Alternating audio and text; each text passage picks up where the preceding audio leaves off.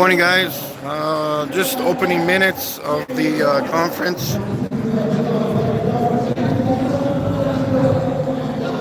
We got Mike here.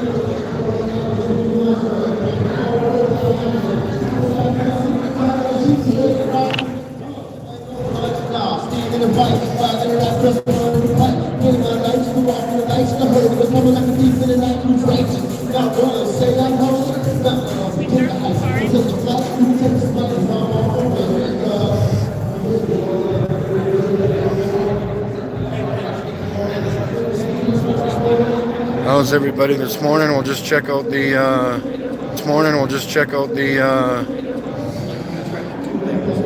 things to buy here. They're just doing some music in the conference right now.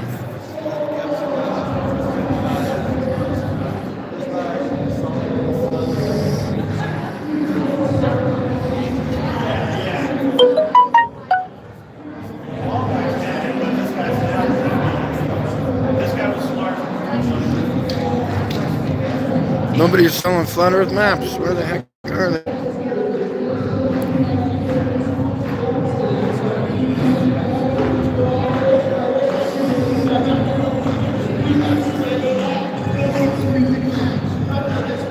Oh, there they are.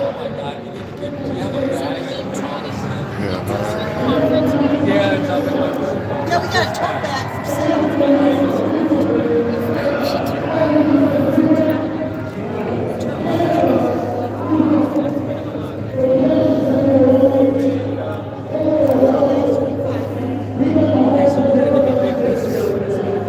Oh, that's only 6. Oh, that's a good deal. Fill it up. Cool.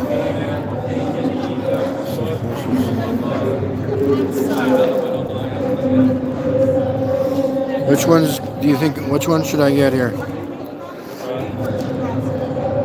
Probably the original one here, eh? I'm gonna grab a few of these babies. So let's. He was like worried about the like Canada. No, it's alright.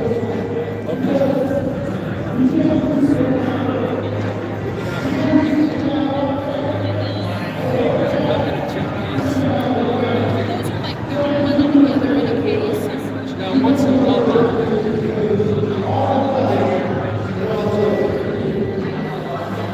Who's in the chat here? I gotta talk to you guys here.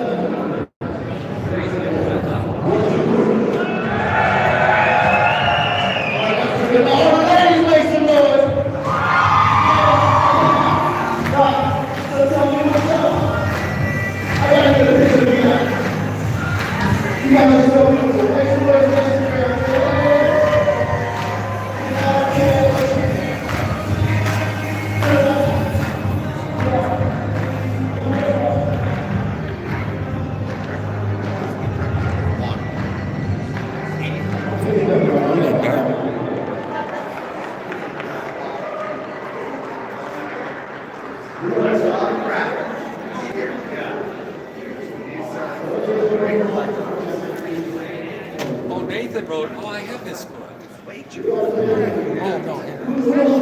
Where's let's go talk to these guys.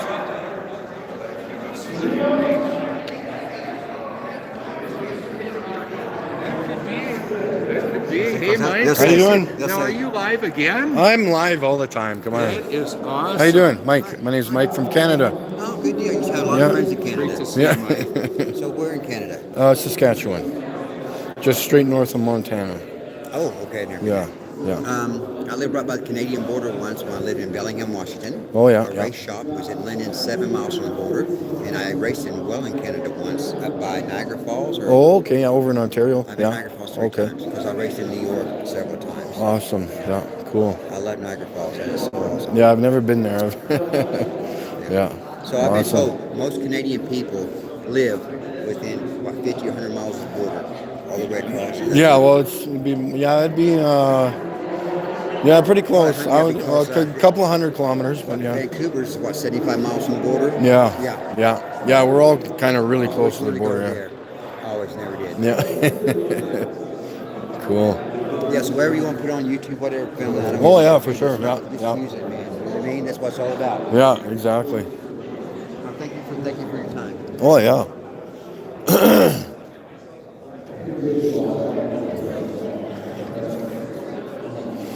Awesome. Yeah. Oh, and then so are those. Those are free. Oh, awesome. Okay, I'll take one of those or a few of them. Yeah. Stickers are $1. Cool. Pictures are 5 to 10. The books 10. And that's this one here, eh? Yes. That's the launch. That was probably within a half a second of the launch. Oh yeah, yeah. You gotta take it quite fast, eh? So what? I was just asking what. That one, you'll know some answers. The one those guys shot up straight up, and everybody says it hits the dome. Oh, no. What's Okay, that guy, he's been in my home before. He's Okay. kind of honestly, that's still going in there.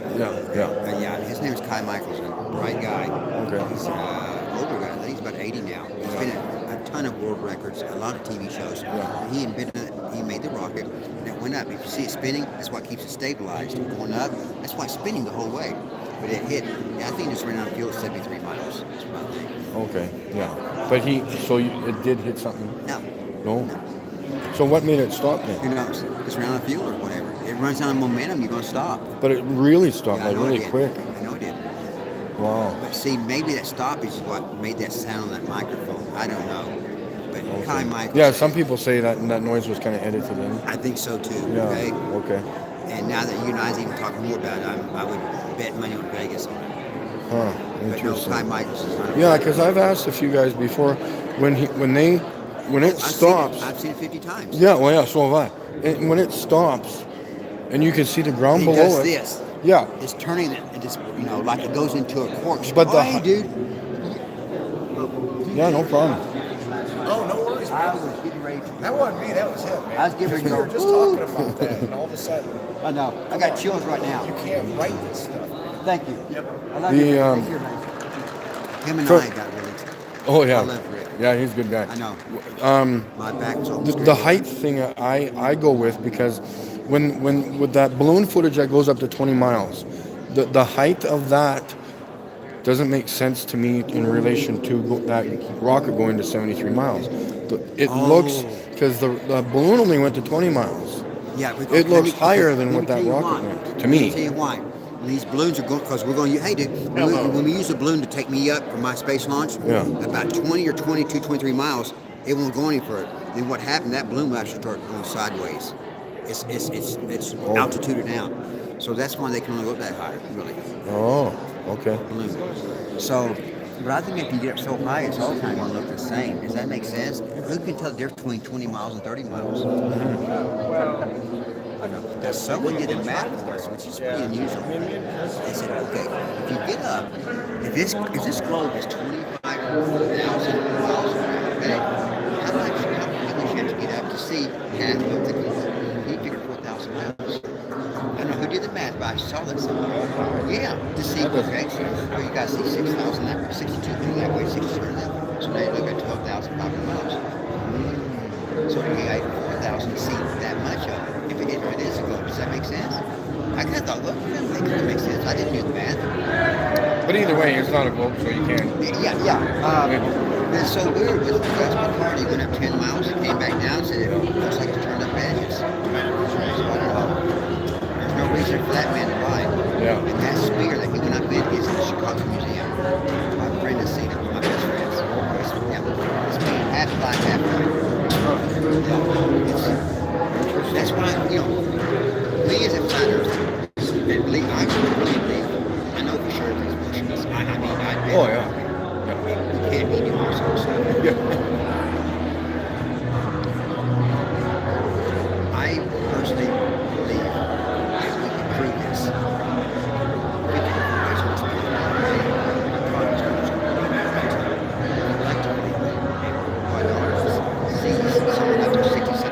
Yeah. Into space, and we're seeing, you can be able to talk to me all the way up. I think the balloon rides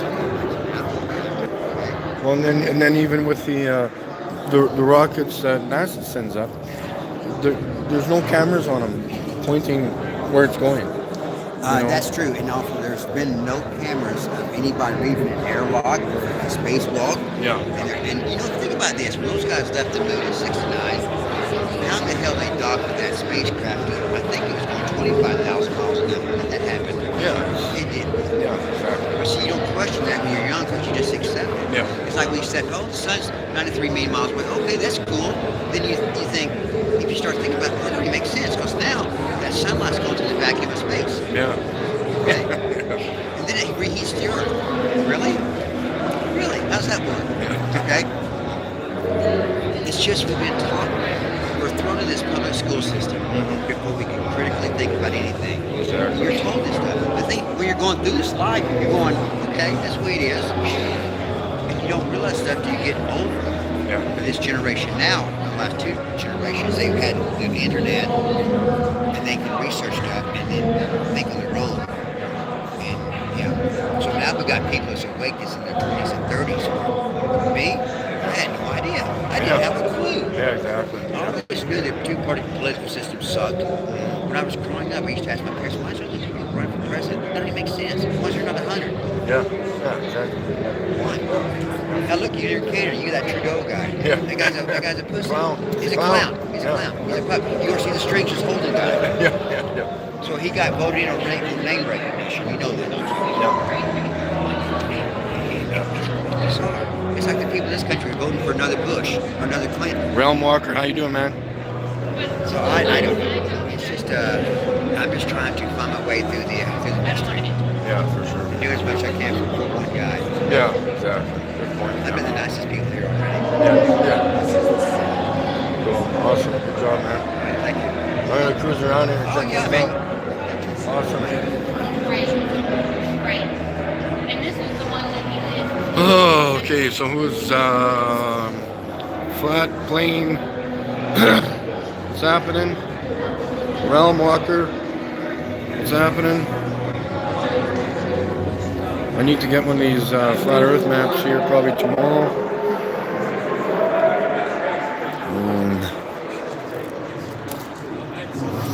I think that I got to get the original.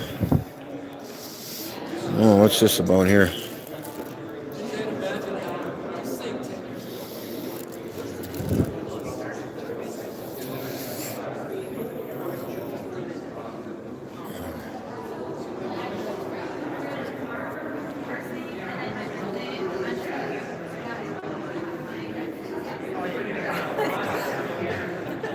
All right. Zoom Truth. What's happening? Just checking things out.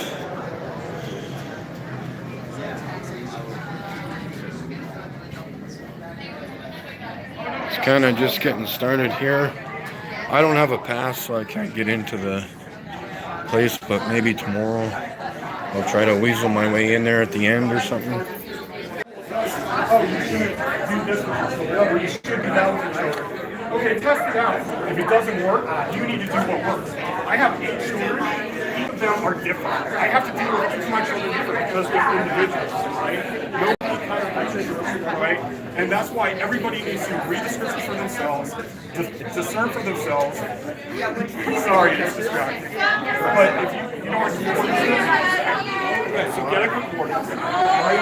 Don't just read the verse, read the rest. Hey, Flat Earth Comic, what's happening?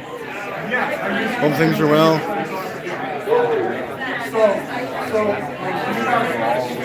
Fellow Canadian, no, I better not say that, just in case. You can download it. Keep it in your study Bible. The scripture Frequencies illuminated. the ancient Hebrew lexicon, which is a concordance of ancient Hebrew. I saw Just Dave yesterday. I texted Roxanne Glenn, letting her know that I met Just Dave. She was all excited. Sent lots of hugs to everybody over here. I'm telling you, it's gonna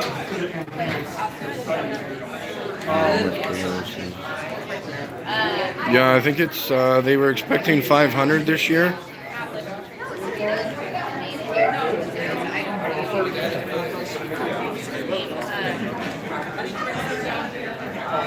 Yeah, it looks busier. Yeah, there's tons of people in there.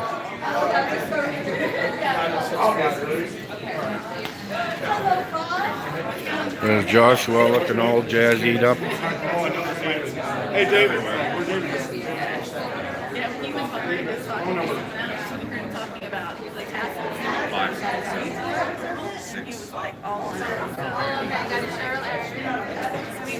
So, yeah. Zoom Truth, you're getting all stressed out, man. Just take her easy, buddy. And I was praying, help me to be which woman to be and do which woman to do, et cetera, et cetera. And this voice kept saying, how are you going to do what I want you to do if you don't know who I am? And I was like, oh, this is a lie. This is the devil. Right? The devil's trying to get me. Okay? But what happened was, when he said this, I kept ignoring it, but it kept coming. So I knew it was from him, right? So then I searched it out, and I found out that the name of the creator was taken out of the Bible over 6,800 times on purpose, so they could replace it with a title. So that they could, hey, the Lord Constantine, the Lord Pope, the Lord, you understand what I'm saying? They can just replace whatever they want in there. And if you've ever read the New Testament when they're fighting against this deity called Baal, that's Lord! And then we're going to go ahead and close these doors, and everybody that wants to enter, we're going to either down the people off. Everybody's just signing in. Okay.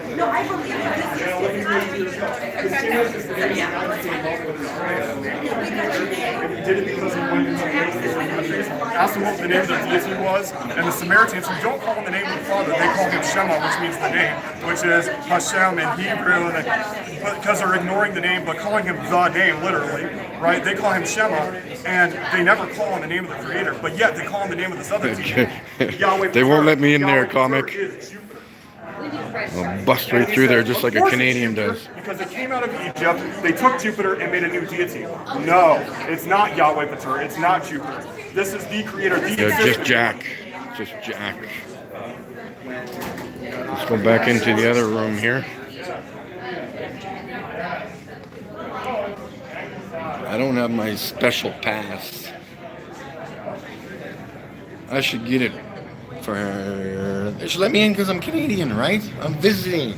I'm a visitor. This is a dog-friendly or pet-friendly hotel. There's been 3 or 4 dogs cruising around here. Flat plane. Hello, puppy. Hello, buddy. How are you? Hey, bud.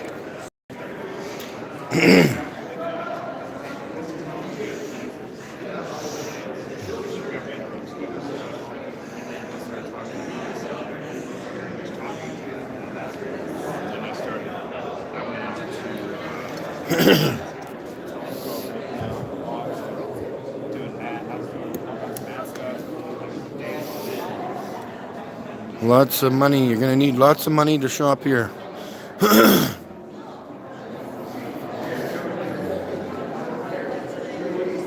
Oh yeah, I was going to...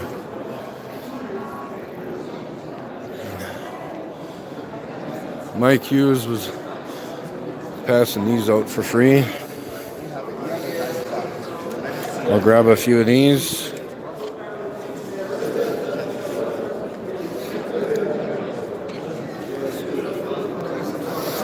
I don't have the key to the room, so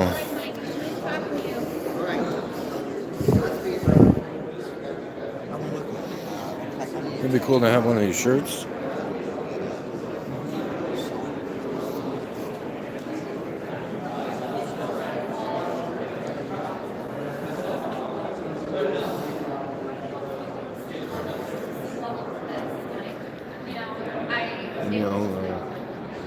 Hold on a sec here.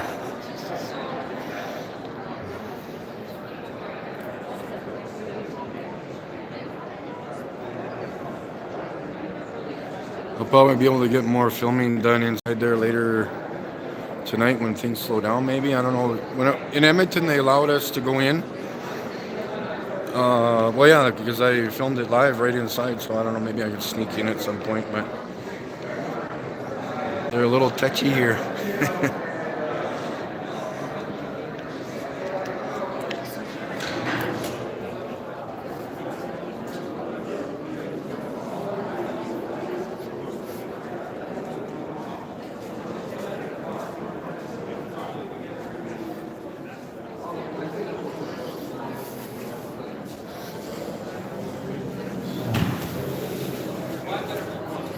So what's like why? Well, you just got different varieties of how water You can works, pick eh? it up and move it. You can touch it, look at it, listen to it, see the impossibility of that spinning, wobbling, gyrating, and hanging upside down. You ever see a seashell float? Oh wow. And water fills its container, covers the face of the earth, and I think I need to change this demonstration a little bit. I'll show you how that looks. The level here. Your, Good morning, your Chris. table's off. It's not level. Oh yeah, yeah. Yeah, we can see when it's level and when it's not, eh? For my Canadian friend. Eh? Eh? Yeah, I need, okay, so it's bottoming out on the side. What are we going to do with that? Put more water. There you go. I wonder if it can lift that ball. What do you think? No gravity. It's an anti-gravity device. Yeah. What is the YouTube truth? That's my channel, and you can subscribe if you like, or make a channel yourself if you want, Chris. Just the same name even. What I do is encourage people to share the truth around the world, around the clock, using. We used to have scribes and There's the scrolls and word of mouth. P1000 Now for we've you got who word haven't of seen it. mouth digitally worldwide. It's a lot bigger. I tried it out yesterday. Took a few pictures. Quite nice.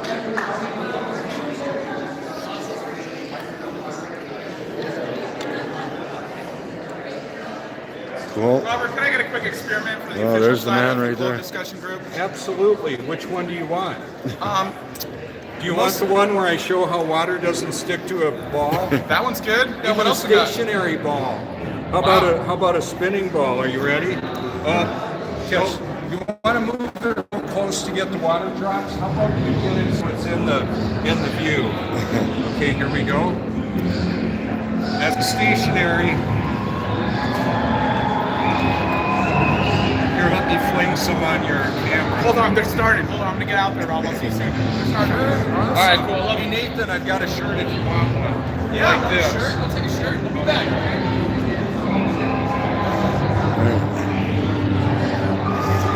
All right, let's see what happens over here.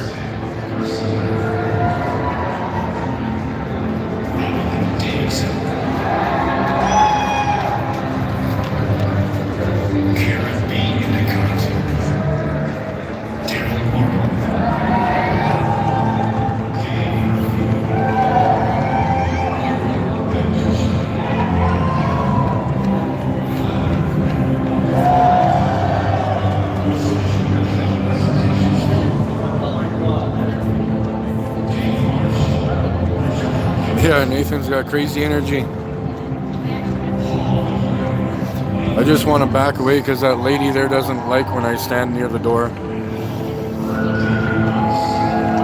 I go, comic, you're trying to get me in trouble.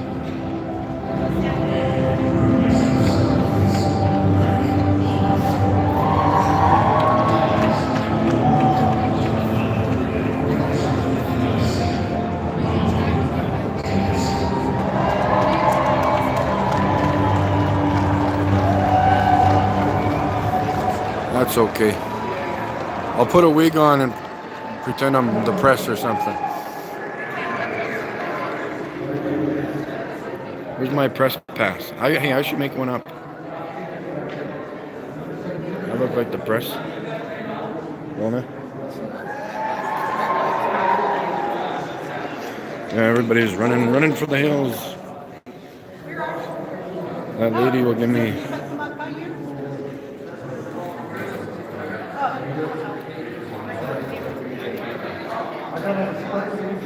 How do I zoom on this thing?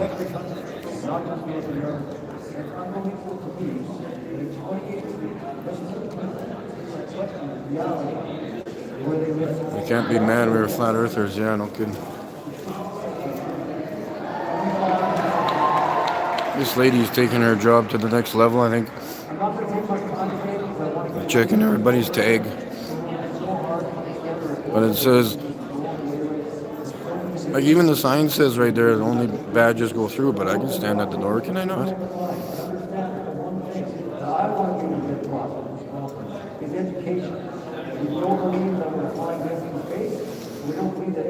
falls at the end. So take that and put that in your teaching. Because none of us are affiliated with the Father. Is there a way to? Does anybody know how to zoom in on when you're streaming live? So, starting off with Wally Great Airline, the first flat out international conference. What's happening, man? Just went on a teaching tangent. Yeah. Yeah, that's for sure. People are dangerous. Like, if you ask me a question, floodgates, man. Yeah, Floodgates. that's good. That's good. Gotta be careful what you ask me. Yeah. You're just a spark. Yeah. Ready to just waiting explode. to ignite. Yeah.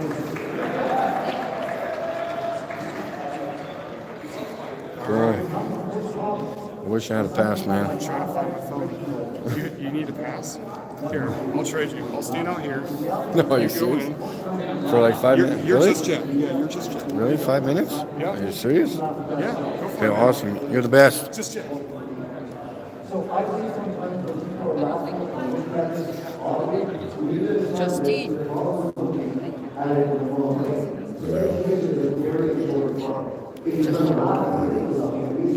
All right, guys. Just Jack's awesome. So for me, education is important, and this community is growing so incredibly large, so fast. There's so many amazing speakers. The community here represented here in Denver, Colorado, for the 2018 Flat Earth International Conference, USA. Hey, Zoom. And it gives me great pleasure to announce our Masters of Ceremony. He has been with me through the entire journey, starting in Raleigh, North Carolina, Edmonton, Alberta, Canada, which was a wonderful experience for me to open up in my home city, share the story of what my wife and I had gone through in our city, but nonetheless, start off the journey within Canada in my home city. I'll be announcing the next city for Canada and also the next city for 2019. But Denver, Colorado truly is going to the next level. The world is going to watch, they're going to be amazed, they're going to be blown away at not the conspiracy theories, the conspiracy facts. Or all of the facts. And the one thing I want to leave with class is that we are not anti-science. We are against scientism, and if anything, applying the true scientific method is what it's all about. And that comes down to the facts. So all the stuff that you're going to see presented here at this conference, again, these aren't conspiracy theories. You're going to hear them with their own words. I didn't even hear about the celebrity yet. They were supposed to announce it You yesterday. can do the research yourself. Like one of the models that a lot of people say in the flat earth community is, listen, don't listen to what we say, don't believe what we believe, go do your own research. So with that, I want to introduce the Master of Ceremonies again for the third. It was Flat Earth supposed to be a International singer Conference, slash Mr. actor. Rick Hummer.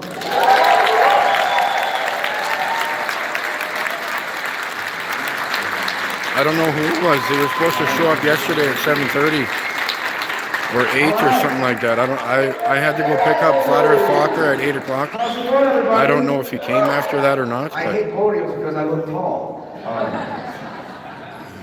I gotta say, man, Denver has been awesome so far, and the people just, you know, whether you just got off a plane or whether you're just coming in on a car, and I'm acting like I can see you all right now, but I'm a deer in headlights, literally. But everybody here, I just gotta say, with this being Denver and Colorado, and Robbie announced it, I was like, this is gonna be awesome. He says, we're taking it to the next level. And I said, yeah, we're going even higher.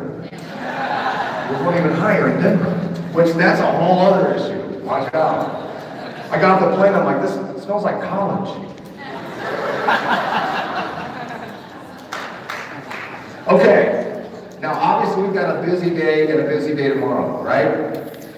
How many of you are from Denver? Awesome. I only have the hotel till Friday night, and I'm here till Sunday. I'll be looking you up, okay? My nephew said I can't stay with him. Okay, I'm the crazy uncle. Any crazy uncles in here? Crazy aunts? Crazy moms?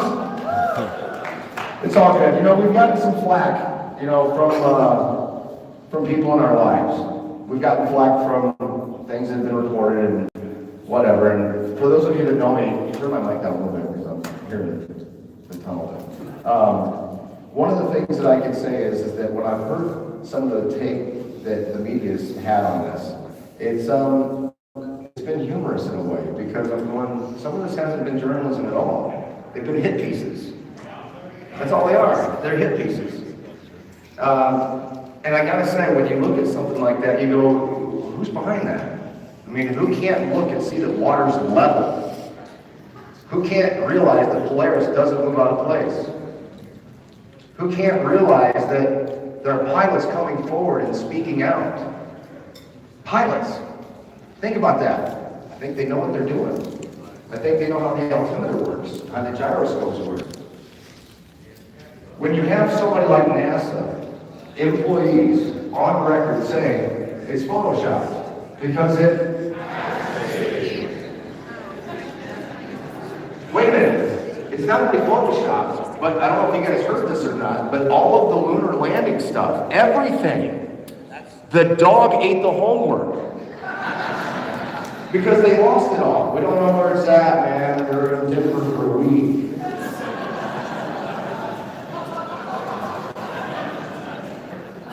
Yeah, I know, I got wrinkles on my face. I'm just being honest, guys. It's getting to that point where I'm not, I can have a very serious, like, oh, that's fun. And I think y'all do too, because this is a serious subject, but it's okay to take a little humorous approach to this, right? And there's a lot of people in this movement. There's a lot of people, when I say movement, it sounds like, Hold on, I just got to see if Just Jack wants his pass. This movement is not from us. There's not one person in here that is so intellectually strong. No, he's having fun. You did not do that on your own. Somebody used somebody to plant a seed to wake you up in the days ahead. And this is happening. People can laugh about it all day long, they can scoff and mock, because you know what? I believe in a book that actually tells me that's exactly what's going to happen.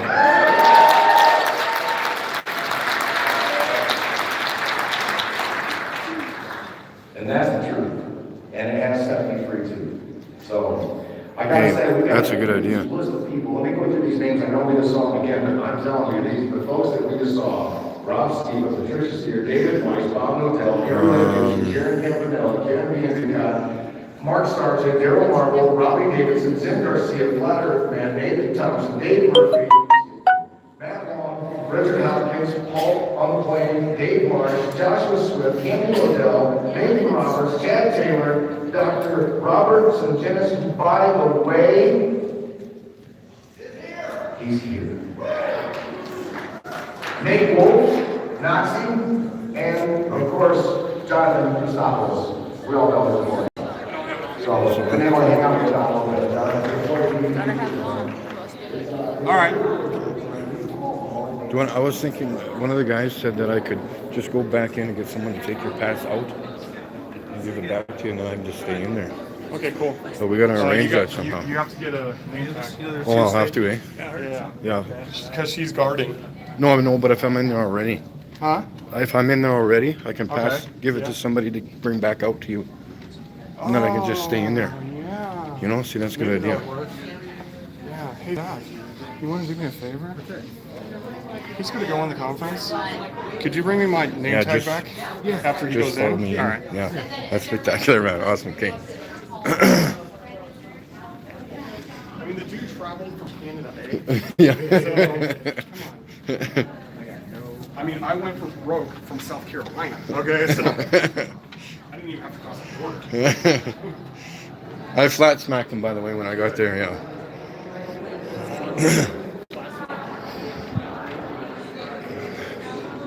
I'll just go where it's dark, where nobody sees me take it off.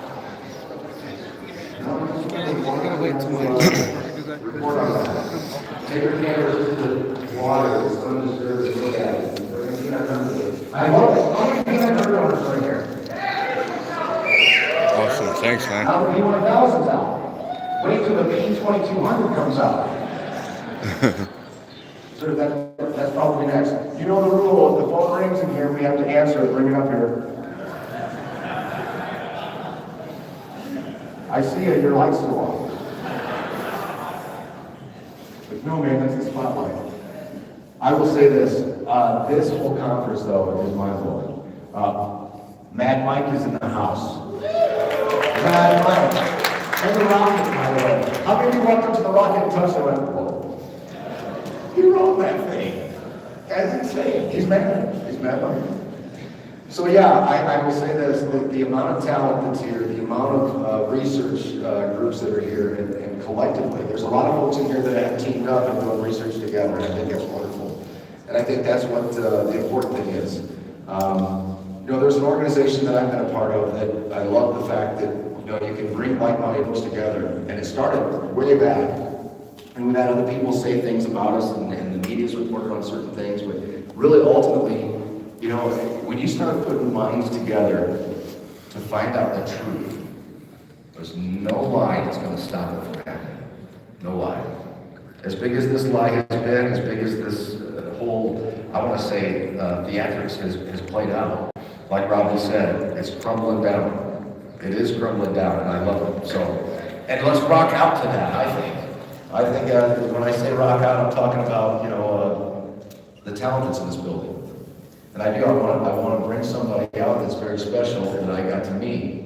I ran into him in the lobby. As soon as I got here, I couldn't believe it. I'm like, there's a guy that I know, and everybody has seen, at least most of you. And the way that he brings out the message, a lot of times, and I'll talk more about this tomorrow, but, you know, when you're taking a bitter pill, let's put it this way, when you're a little kid, you had to take medicine. It was probably easier to take the medicine if there was a cartoon on TV in the room to keep the mind focused on, well, I'm taking this stuff, I don't want to take this, it tastes bad, but this has got my mind on here, and it's made it easier. Well, imagine being able to take a really hard pill and add humor to it, or adding visuals to it, so that it's easier to swallow. And because you don't realize you're being educated while you're being entertained. It's a wonderful way to teach. And I can tell you, I'm honored. I'm actually honored to be the first person to announce it here on the stage, but also here just in general, in front of a bunch of flat earth folks. And I cannot say thank you enough for being here. Give yourselves a round of applause first.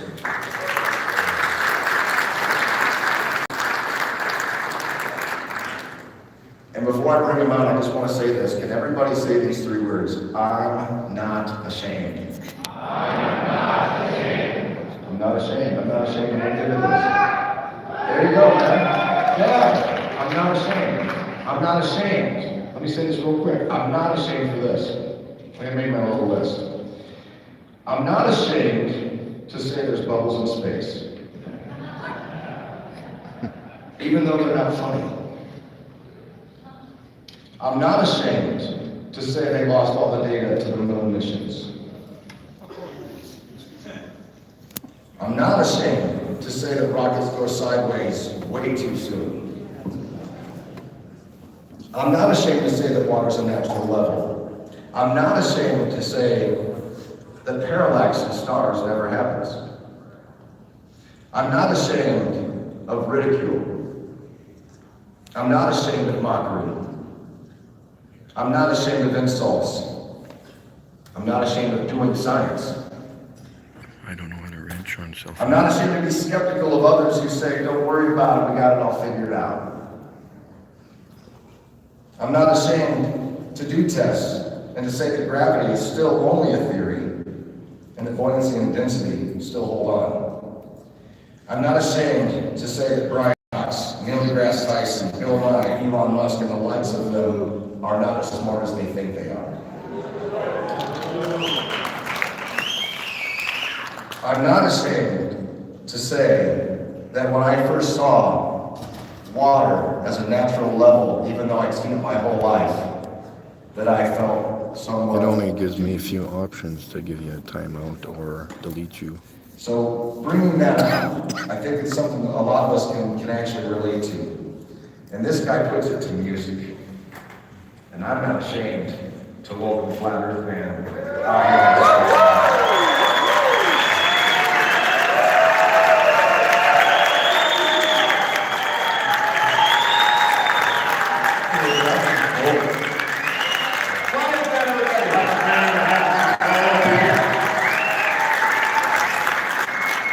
I gotta ask you, man. Okay, because a lot of people said, okay, you get to talk to them. Well, I've got a chance to sit down with you for the past day and a half, or did. And stand up, and sit down, and stand up, sit down. Why are you doing what you do? Well, sir, I left a blank seat, you see. I have a passion for the letter of truth. I have a passion for music, and I just put it together. And I put the music out there, and it's waking a lot of people up, and I love that. And you got a great sense of humor too, bud. Thank you. And that's why I do what I do. You're welcome. Thank you, Tracy, man. Tracy, that's not on the list. Well, that's why I do what I do. I'm waking a lot of people up. You are, man. And you got something for us. I heard that we get to see something for the first time. Well, it's an exciting day for me because my album just released this morning on iTunes. If you're passionate about the truth, please download this album and share it with your friends and classmates. That's what we're doing. And I've got a brand new video, and I wanted if you'd like to take this and sneak peek at that video. Absolutely. Let's roll it. Let's see this. What's it called? It's called Space is Fate. Thanks a lot. There you go.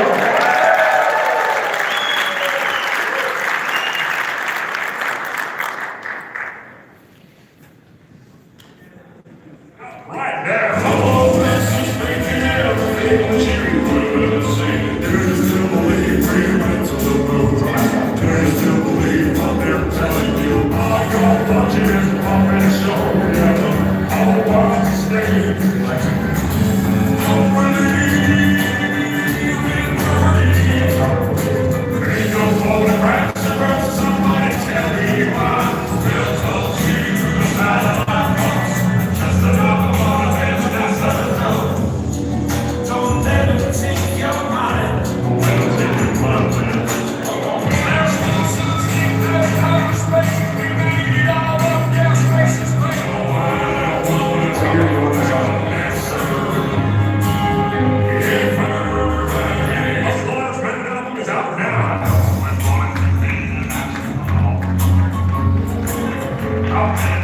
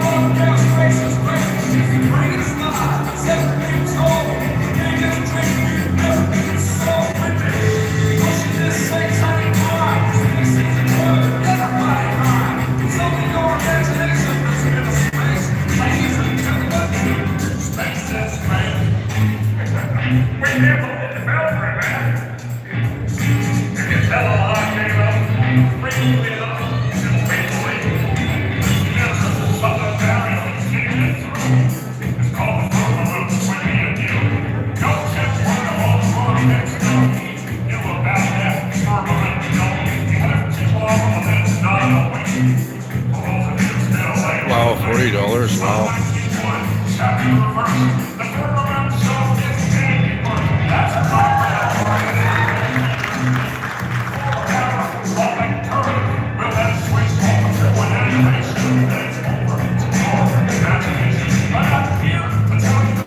Reality, our hearts have come in a great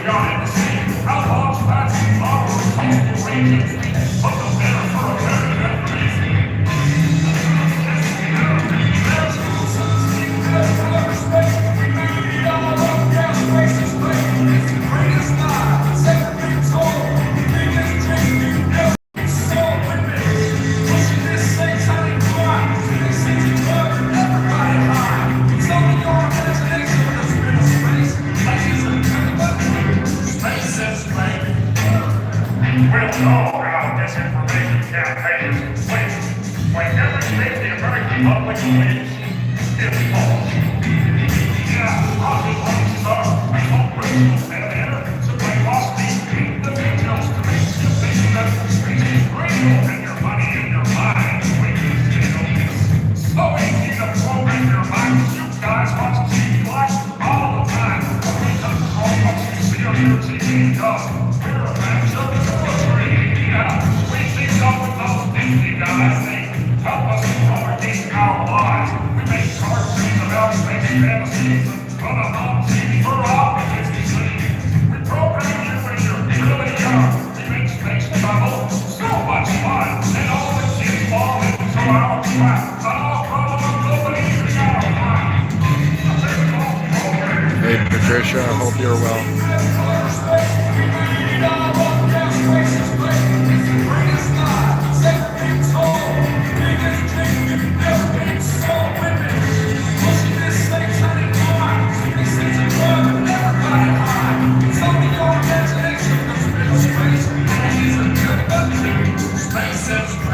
Now it's over to our friends and make it for a short message. It's real because it looks so real. That's the concept genius.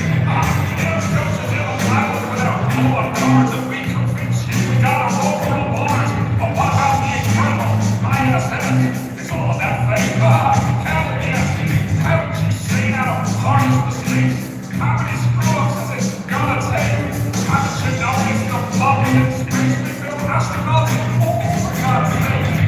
When y'all build a sacred wheel, I realize none of this is real.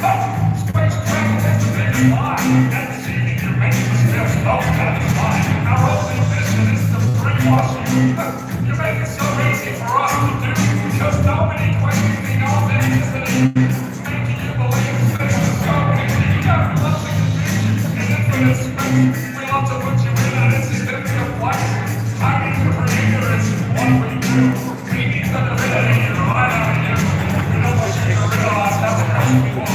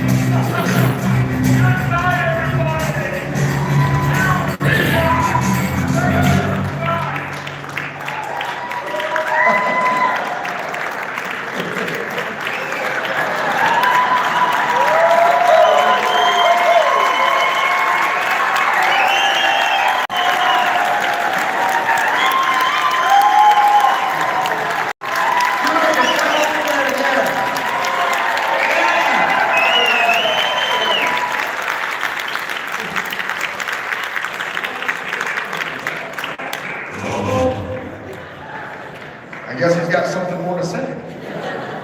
Dude, Flat Earth Man, good job, man. Seriously.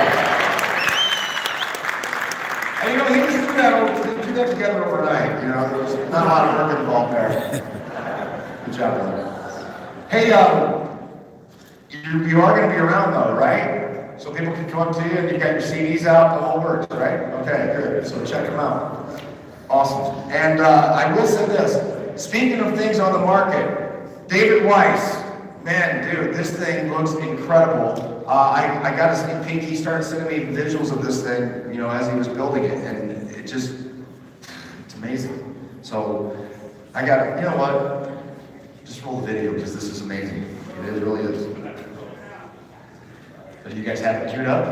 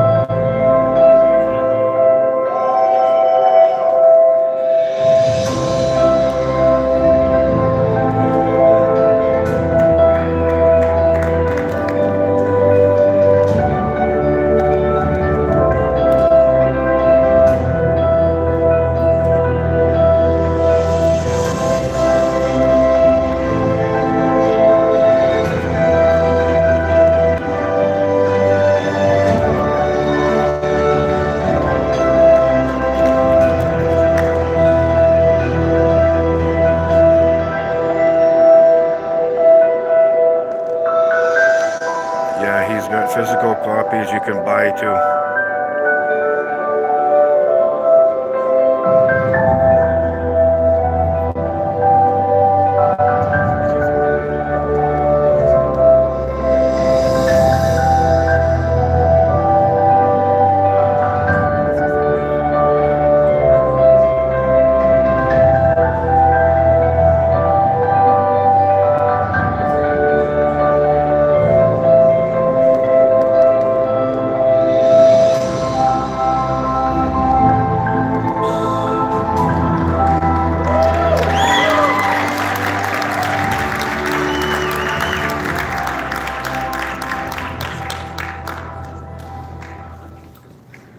All I can say is, you want to talk about a powerful tool. You know, you think about that.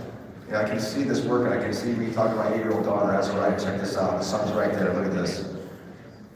Uncle Dave put this together. Dave, you got to take my kids next summer. But no, look at this clock. I mean, that app is beautiful. Good job, Dave. Good job.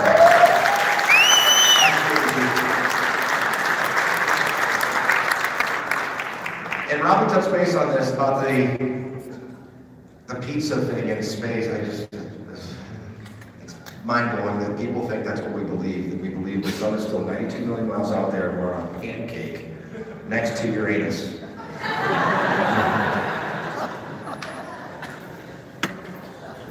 Somebody's got their head up that planet. It's not us. Okay. Wow. I will say this, you look at things like that app, you look at what Flat Earth Man's doing, you look at a lot of the people in this room, and we've all been on YouTube, and we've all watched videos, and we've been made fun of for watching YouTube videos as if there's no real information on YouTube. So, you know, it's like throwing the baby out of the bathwater. Just don't do that. You know, use discernment on everything that you watch, test it, and that's what the folks do in this room. They double check. Some do. I'm guilty. I'm like, dude, it's perfect. Kidding. Some people believe that. That's okay. Sorry. Maybe it is. I believe it's the Morgan Freeman effect myself. Now, really be careful. Okay. When I got into this whole thing with Flat Earth, and some of you that were at the other conferences, you've heard this before. If you're watching at home, thanks for watching on the live stream. For those that couldn't be here, thank you. I didn't say thank you to you guys watching. I apologize. But what I can say is when you look at what we're all doing here. The next guy I'm about to bring out has played a very significant role. Number one in my life, I started working with this guy before Flat Earth came along. He introduced me to Flat Earth and said, "Have you seen any of this stuff?" And I said, "Yeah, I have. I've seen it going around, but I've not looked at one video. Is it real?" And he said, "Well," and when he said that, I always say this, when he said that, I heard it in his voice. There's just something about it. And I started looking into it. Like literally, like right after we got the phone, I was like, "What is this? What am I looking at here?" And then I started thinking about the water, and I seeing things across Lake Michigan called Chicago that shouldn't be there. And it just started to roll. And I watched this guy's journey. And I watched the second that he said, "I'm just looking into it," I watched the attacks come rolling in like an avalanche. And I saw this, I almost want to say venom in the air of the hate that comes to the two words put together called Flat Earth. It's two words, Flat Earth. What comes after Flat Earth? Idiot, stupid, dummy, crazy. I don't like that word. I don't like the word cold tart either, to be honest with you. You're welcome. I'm Rob Hunt. Nice to meet you. Let me read this about this guy. He's an award-winning doctor, an internationally recognized public speaker. He's a radio talk show host. He's an Amazon best-selling author. He's an Army veteran. He's an artist. And he's an independent researcher. Nobody can buy this guy's brain. Well, maybe. In 2010, he co-founded Kingsgate Media along with his wife, Sheila. And together they've been creating, publishing, and distributing powerful multimedia productions, primarily for Christian ministries, since 2004. But currently, this guy is in development of a live-action science fiction TV series called Seed,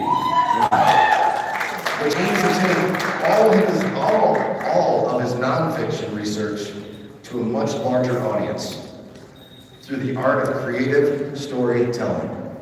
And let me tell you, this guy is an amazing man. He's an amazing friend, and I call him my brother. Please welcome to the stage the one and only Mr. Rob Skiba.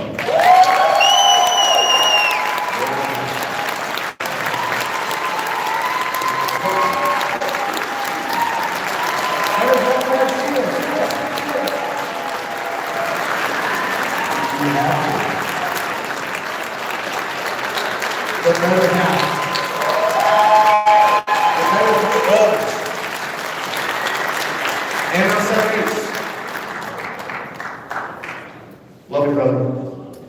Are you on? Is Rob on? Let me help. I may have to do mine. You have to insert a word.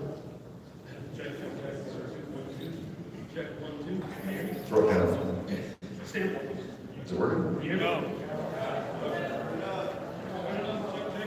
I think it was picked up on here. Testing 1, 2, 3. Hey! See, it was quarter. All right. Let me get this PowerPoint here. PowerPoint. You might as well keep the PowerPoint up because I've got a lot of stuff to go through. You don't need to see my face. There's going to be a whole lot on the screen. Is it up?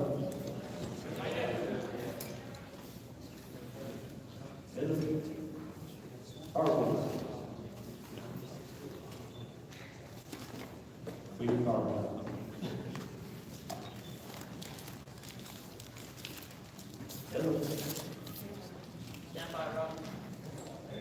Standing by.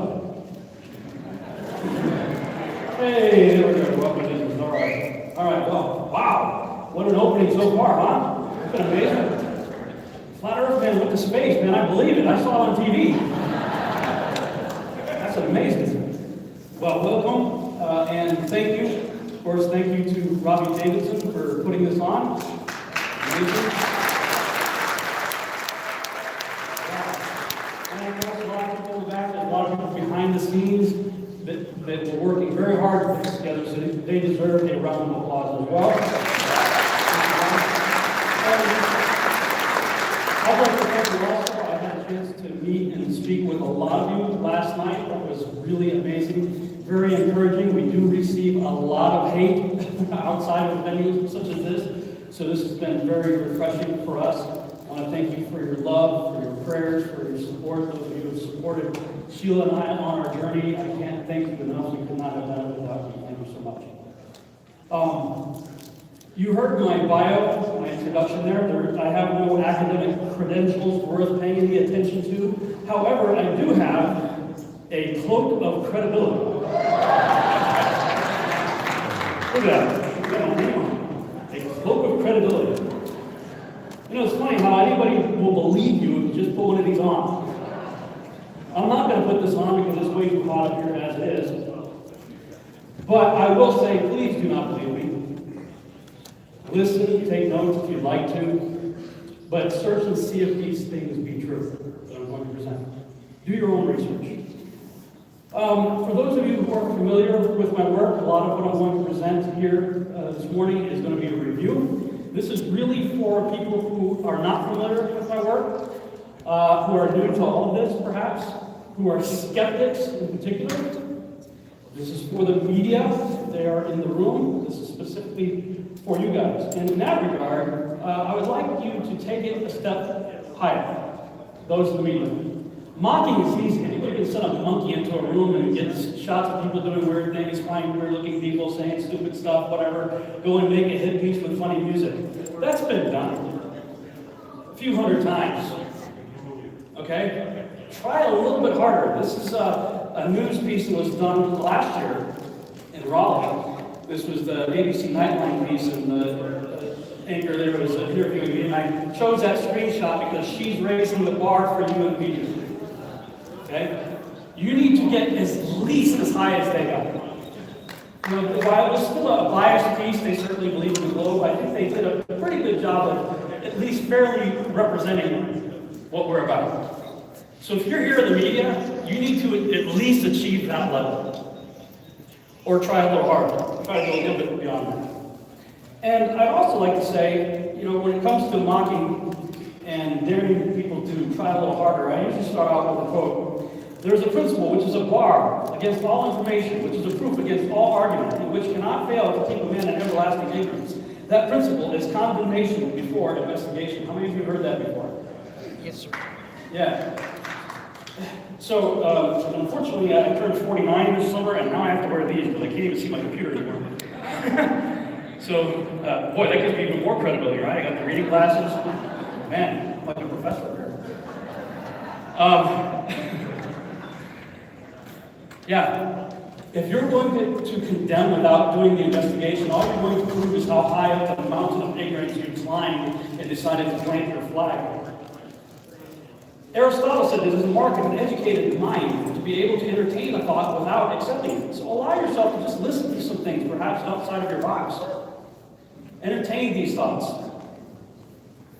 And King Solomon said, "He that answers a matter before he hears it, it is folly and a shame unto him." So those of you who, especially in the media, I would like to encourage you to stay for the entire event.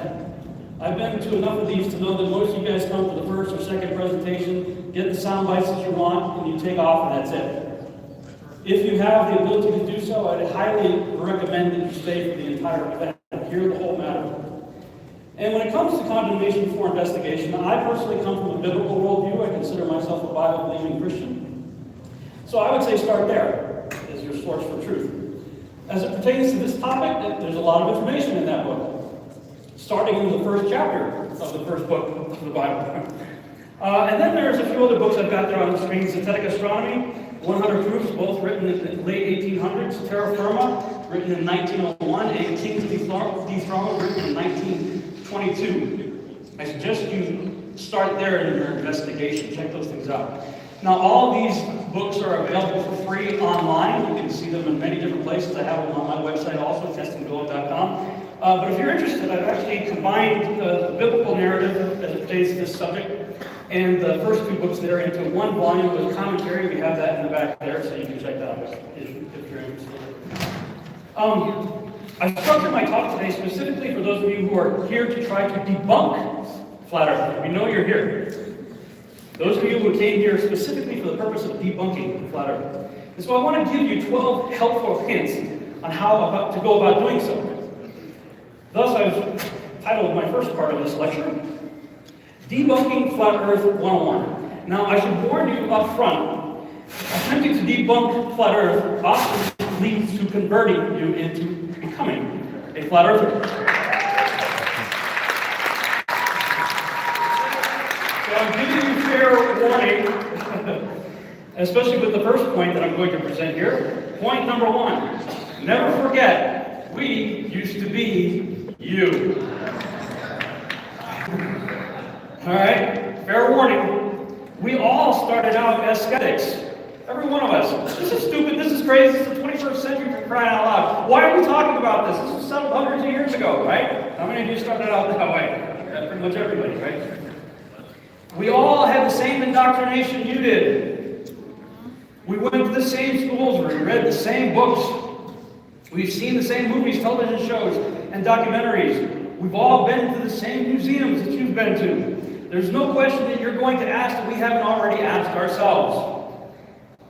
So it's not likely that you're going to stump us with some amazing new piece of evidence that we haven't already thoroughly considered ourselves. Now, I'll just say this. Many, but not all of us, come at this from a biblical perspective. Now, you may hear various presenters here during this conference that are and are not from that perspective. I do come from a biblical worldview, so I will present some things from that perspective. But not everybody's on the same page. So this is not a religious movement. Even though many people who come into this understanding quickly realize there must be a creator.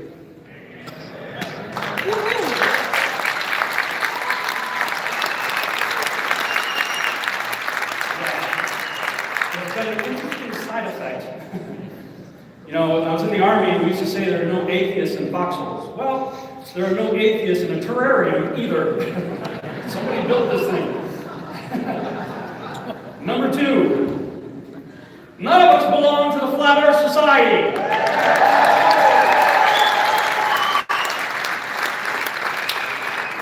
Media, please take note of that. All right, we didn't run one day and say, boy, you know, I got to join some club or cult. You know, I want to join something where everybody's going to hate me and make fun of me and call me names for the rest of my life. Yeah, where do I sign up? You know, when we say, yeah, you know, I believe in enclosed world cosmology or flat Earth, immediately people, oh, you must belong to the Flat Earth Society. Well, that's like, you know, saying, hey, I'm a Christian. Oh, you must be Catholic. No. You know, me personally, I grew up Baptist, but there's tens of thousands of denominations to choose from. Now, if you're going to call yourself a Christian, hopefully we all agree that Yeshua, Jesus Christ, if you prefer, is the way, the truth, and the life, and no one comes to the Father except through Him.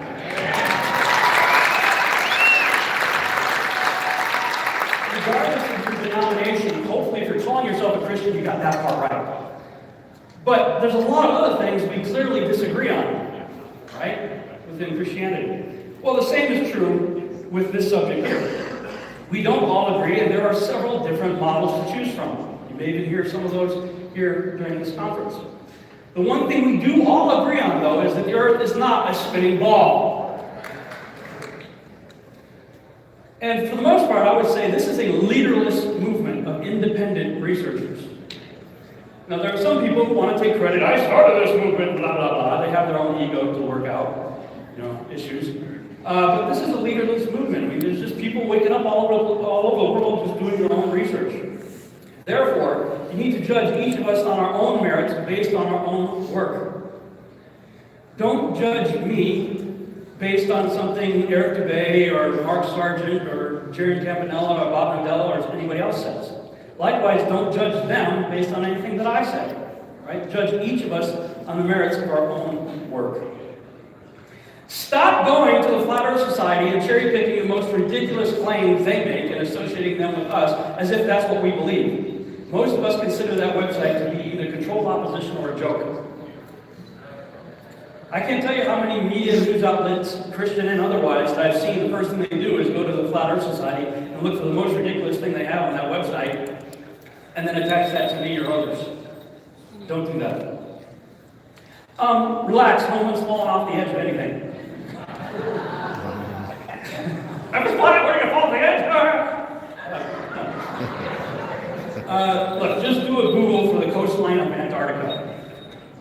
All right, most of us recognize that, at least in the model that we subscribe to, or a lot of us do anyway, that Antarctica forms the ice rim of the circle of the Earth. All right, so just do a Google for the coastline of Antarctica, and you'll see stuff like this. 100 to 200, 300 foot ice wall. No one's falling off the edge already. So relax on that one. Okay, no one believes the upward floating disk theory of gravity. Alright. This is important. Media. If there is anybody in the room from the media, please turn your attention up here. Stop what you're doing and look up here. You need to pay attention to this. Please do not put this in your presentation. Everybody watching, watch the screen. Do not put this in your presentation. We don't believe that. That's one of the stupid things you will find on the Flat Earth Society website. How many of you guys have seen news reports where they put Flat Earthers believe that the Earth is going upwards at 9.8, whatever? How many of you have seen that, right? Don't do that. You know, if your goal is to try to make us look stupid, let me give you a hint. Our numbers are growing exponentially worldwide.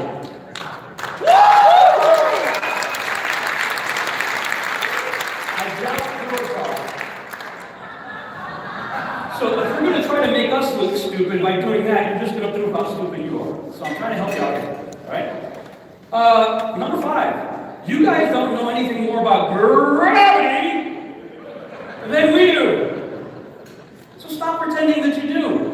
And if you don't believe me, here's one of your experts saying just basically the same thing. What is gravity? You have no idea. Okay, next question.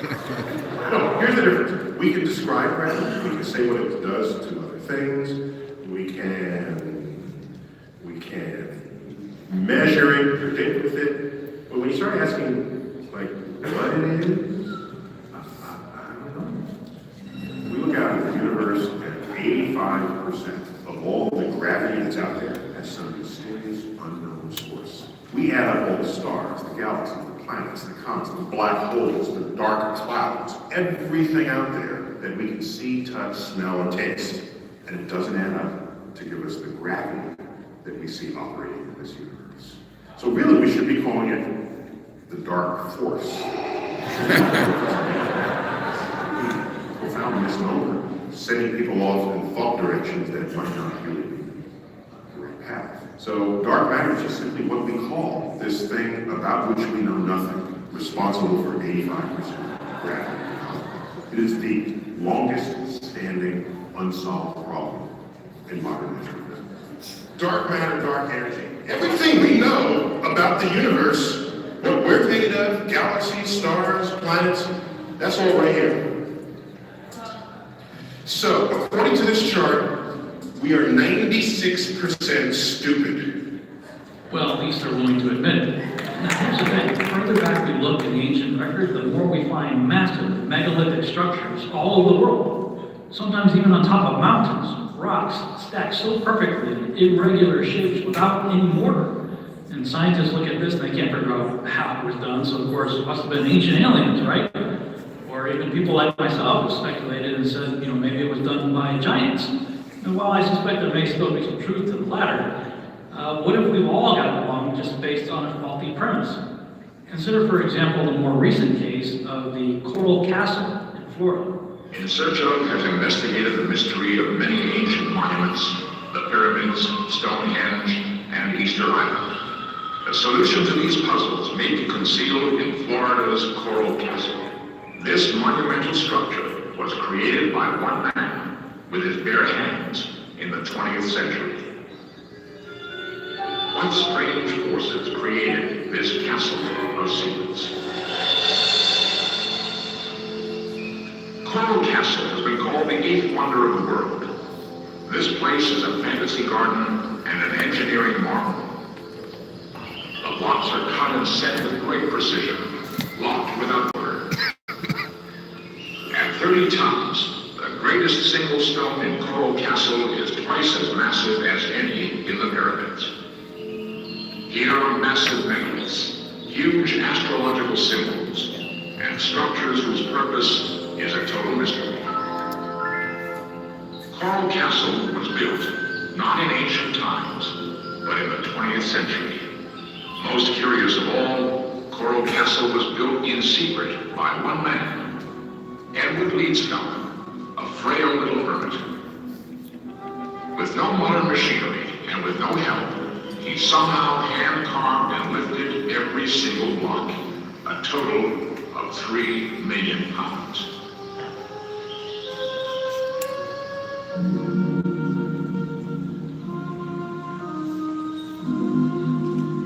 With all our modern technology, we might be able to duplicate the pyramids. But how could we ever do it with our bare hands? Dreamers beyond the fringe of science have postulated a long-lost art of harnessing anti-gravity. It seems incredible, but Ed Leedskalnin may have rediscovered these ancient secrets. He'd say this is because of the stars and the moon, and he would go on and he would show us his electrical machine now, it made electricity. And he'd always divert your question. This block weighs 9 tons. It's just one piece of rock. See what you can do with one hand?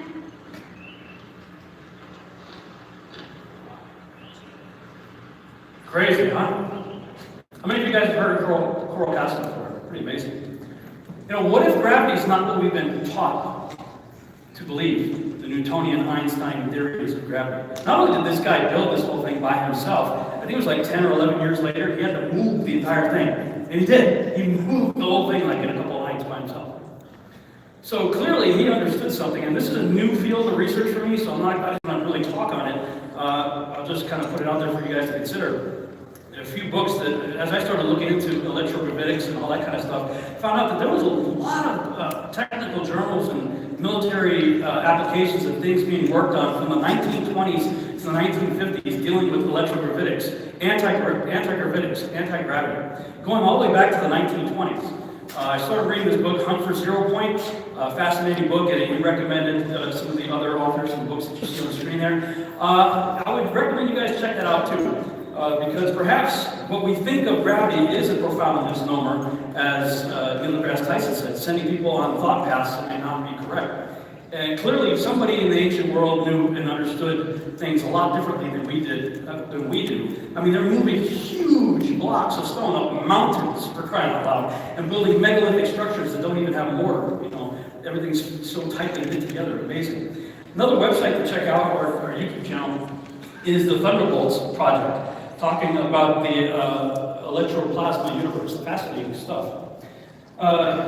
So, consider this. If anti-gravitics has been figured out since the 1920s, don't you think it might be easy to fake space in a warehouse? Just consider that. Look into the Earth's magnetic field and ley line, things like that. You heard about ley lines? That the Earth supposedly has some sort of electrical field around it, and megalithic structures around the world, like the pyramids of Giza and whatnot, are built on these things. That's what it looks like on a globe projection map. Somebody took the ley lines and put it onto the flat Earth map, and curiously enough, it ends up being the esoteric seed of life, flower of life, which just so happens to be the logo of the new flag of the planet Earth. You can look that up on flagofplanetearth.com. Interesting. Now, when it comes to electromagnetism, I'd like you to consider something else. I recently picked this up on Amazon, this interesting levitating, rotating, floating moon. About 20 bucks, pretty cool. You know, check that out. A self-illuminating moon, floating, no problem. And I continued to look on Amazon and elsewhere. I found this on YouTube, this levitating clock. Now, if you read Genesis, the creation account, it says the sun, moon, and stars are put there for time and for seasons. This is a big clock that we're living on. That's why I so appreciate David Weiss's app that he's put together, because it illustrates that quite nicely. Now, if we can make toys and novelty clocks with this principle, I'm going to go out on a limb and suggest the absurd notion that it just may be possible that the creator could have come up with something similar. Just call me crazy. I think it's possible. All right. Number 6, you can't just insert flat Earth into the Copernican model of the universe. How many of you guys have seen memes like this on Facebook and whatnot, right? They're like, flat earthers be like,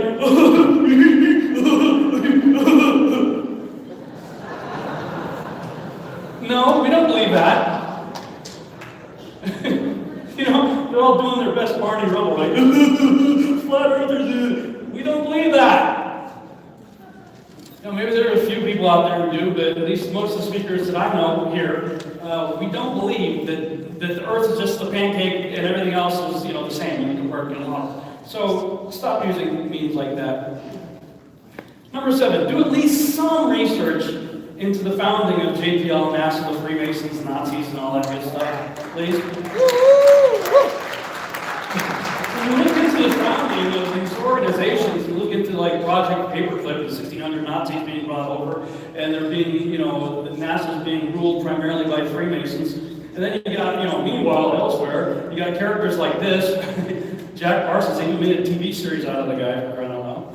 He was a student of Aleister Crowley, the Beast, the most wicked man of the 20th century, who back in, I believe it was 1917, did ceremonial sex magic rituals called the Amalantra working, and supposedly ripped the veil in the, you know, time-space dimension or whatever, and an entity came through, and he drew the picture of this entity, he called it Lamb. But just so happens to look curiously similar to the modern Greys, alien Greys of pop culture. Which about, you know, a few decades later, his student here, Jack Parsons, out there in the desert, I think if I remember right, it was actually in the region that later became known as Area 51.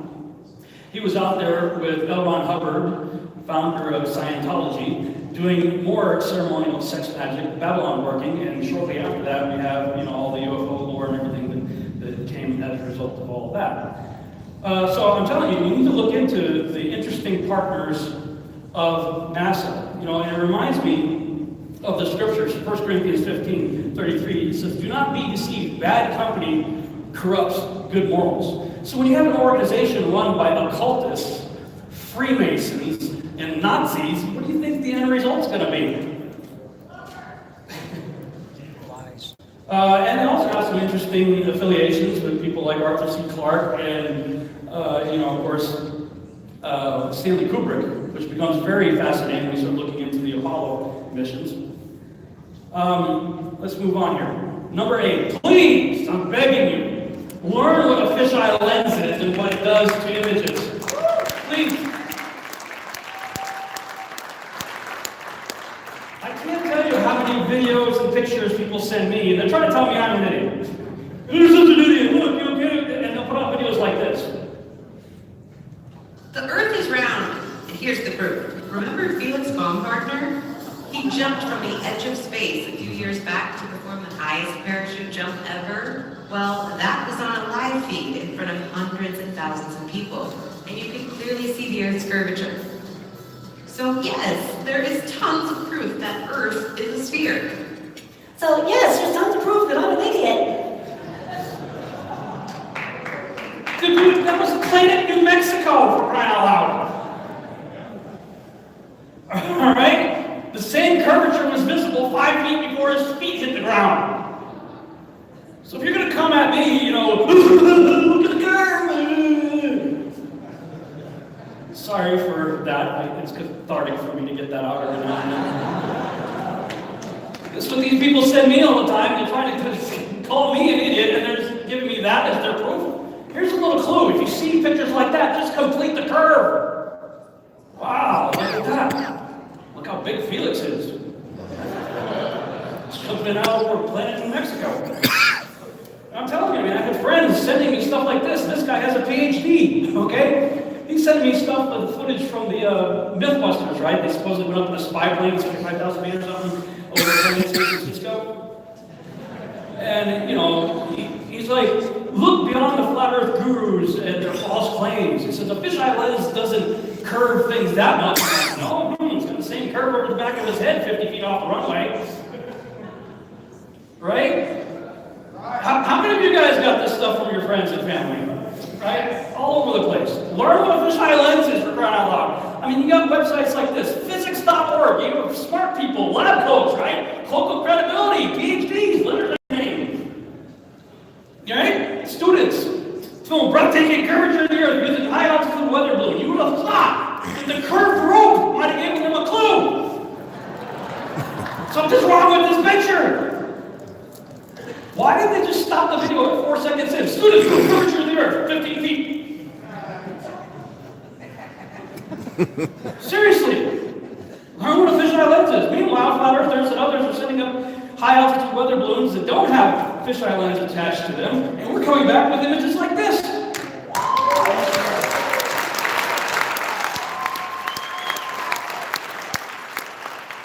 You know, it's interesting, I saw the movie First Man. Have you guys seen that movie, the Neil Armstrong? Oh, it was horrible.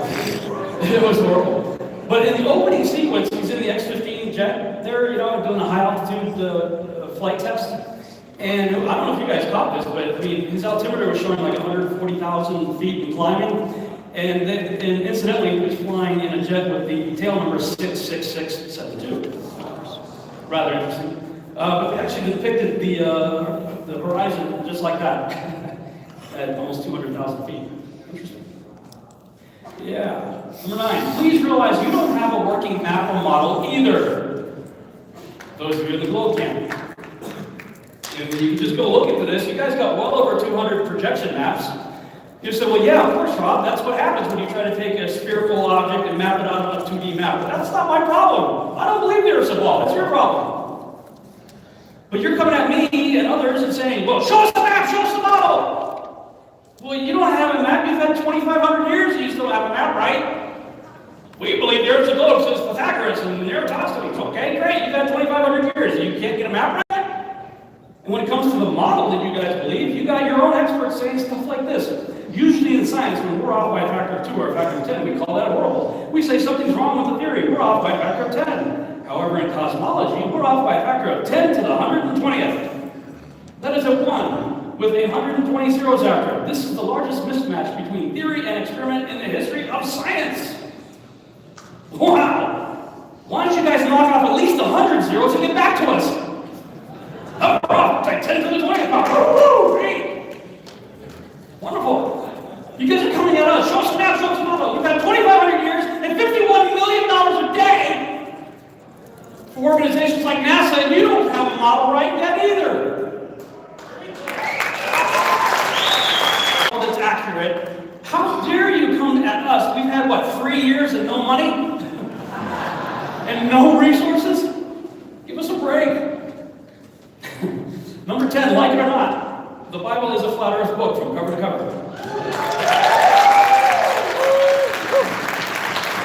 I'll cover this in depth. I'm not going to go through that here. You can watch my presentation from last year or pretty much any of my videos online for that matter. But in summary, I would say from Genesis to Revelation, the earth is consistently described by Holy Spirit-inspired authors as fixed and not moving, spinning, orbiting, etc. Circular with edges, corners, pillars, foundations, etc. Under a dome within which the sun, moon, and stars are placed on day 4. Now, this is not, thus saith the Lord. You will not find this in any Bible or anything like that. This is thus thinketh Rob in the King James. I'm an artist, okay, by trade. So as I'm reading through the text, this is my artist conceptualization of what I see. I don't claim this to be the actual what we're living in, but it's what makes sense to me when I read the text. This is what I see in my mind. And on the interior of that, you have essentially the footstool of God. Now, whereas there is absolutely nothing in the Bible that supports any notion of this, Danny Faulkner, or anybody else here from the creation ministry. Nothing in the Bible even remotely supports any notion of this. Now, by the way, Scripture says concerning the moon, he said God created 2 great lights, not one great light and a reflective rock.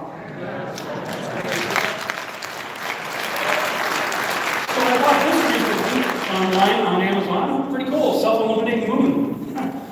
Scientists and creationists and modern theologians disagree, right? Because the Chinese can figure it out and God can't.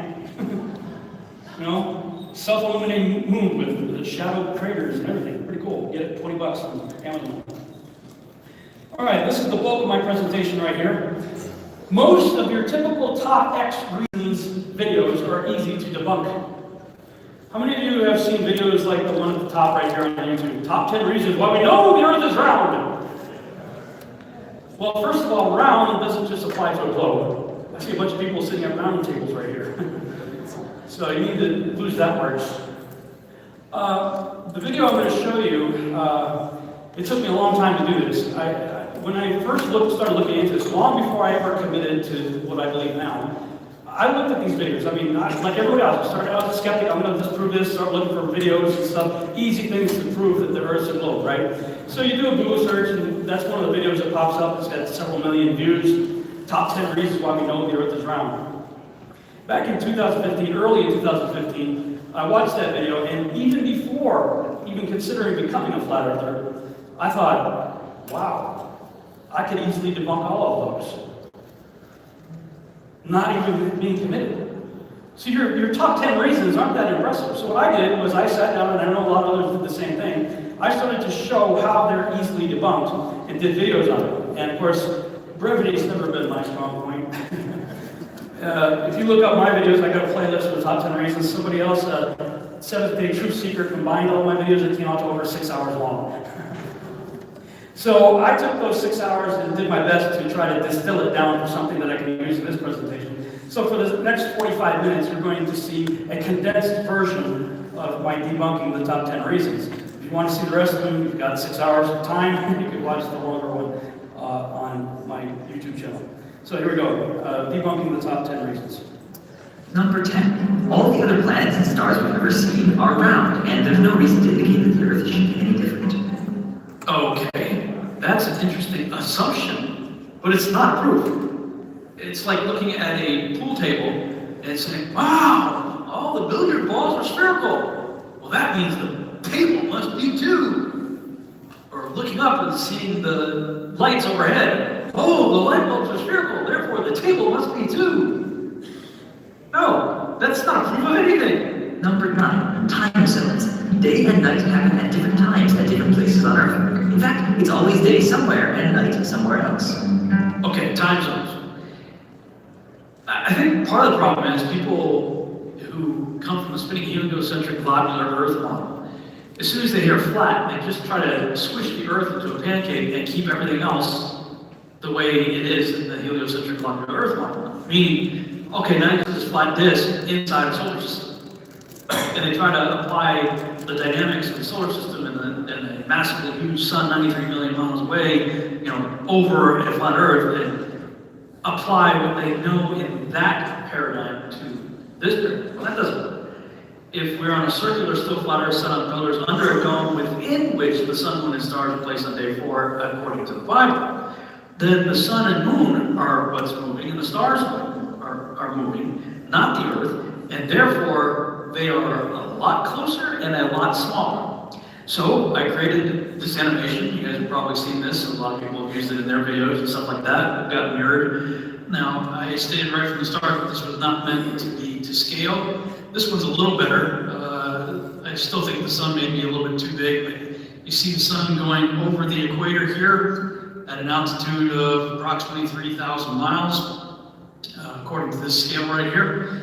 And a lot of people will say, well, what is the sun acting like a spotlight? No, it's not acting like a spotlight. And to prove that, I'll bring in a little 3D object here, and I'll bring in a little dome on the top of it here, to show you that this light is throwing off in all directions, up, down, all around. It's not a spotlight. So all the critics out there, you can stop saying that. It's not shining as a spotlight. It's what's known in 3D as a point light that has been adjusted with a limited light throw attenuation. Now, shortly after I did that video, I was trying to figure out how the 4 seasons work, and you can see that video right here on YouTube, how the 4 seasons work on the flat Earth model.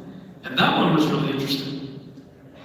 And I actually discovered this quite by accident, right? This video came as a result of me trying to figure out on the globe, how does the 24-hour sun work? And so I used Stellarium, which is heliocentric globe-based software. And this software, heliocentric globe-based software, showed the sun and moon speeding up and slowing down as it was creating these circles.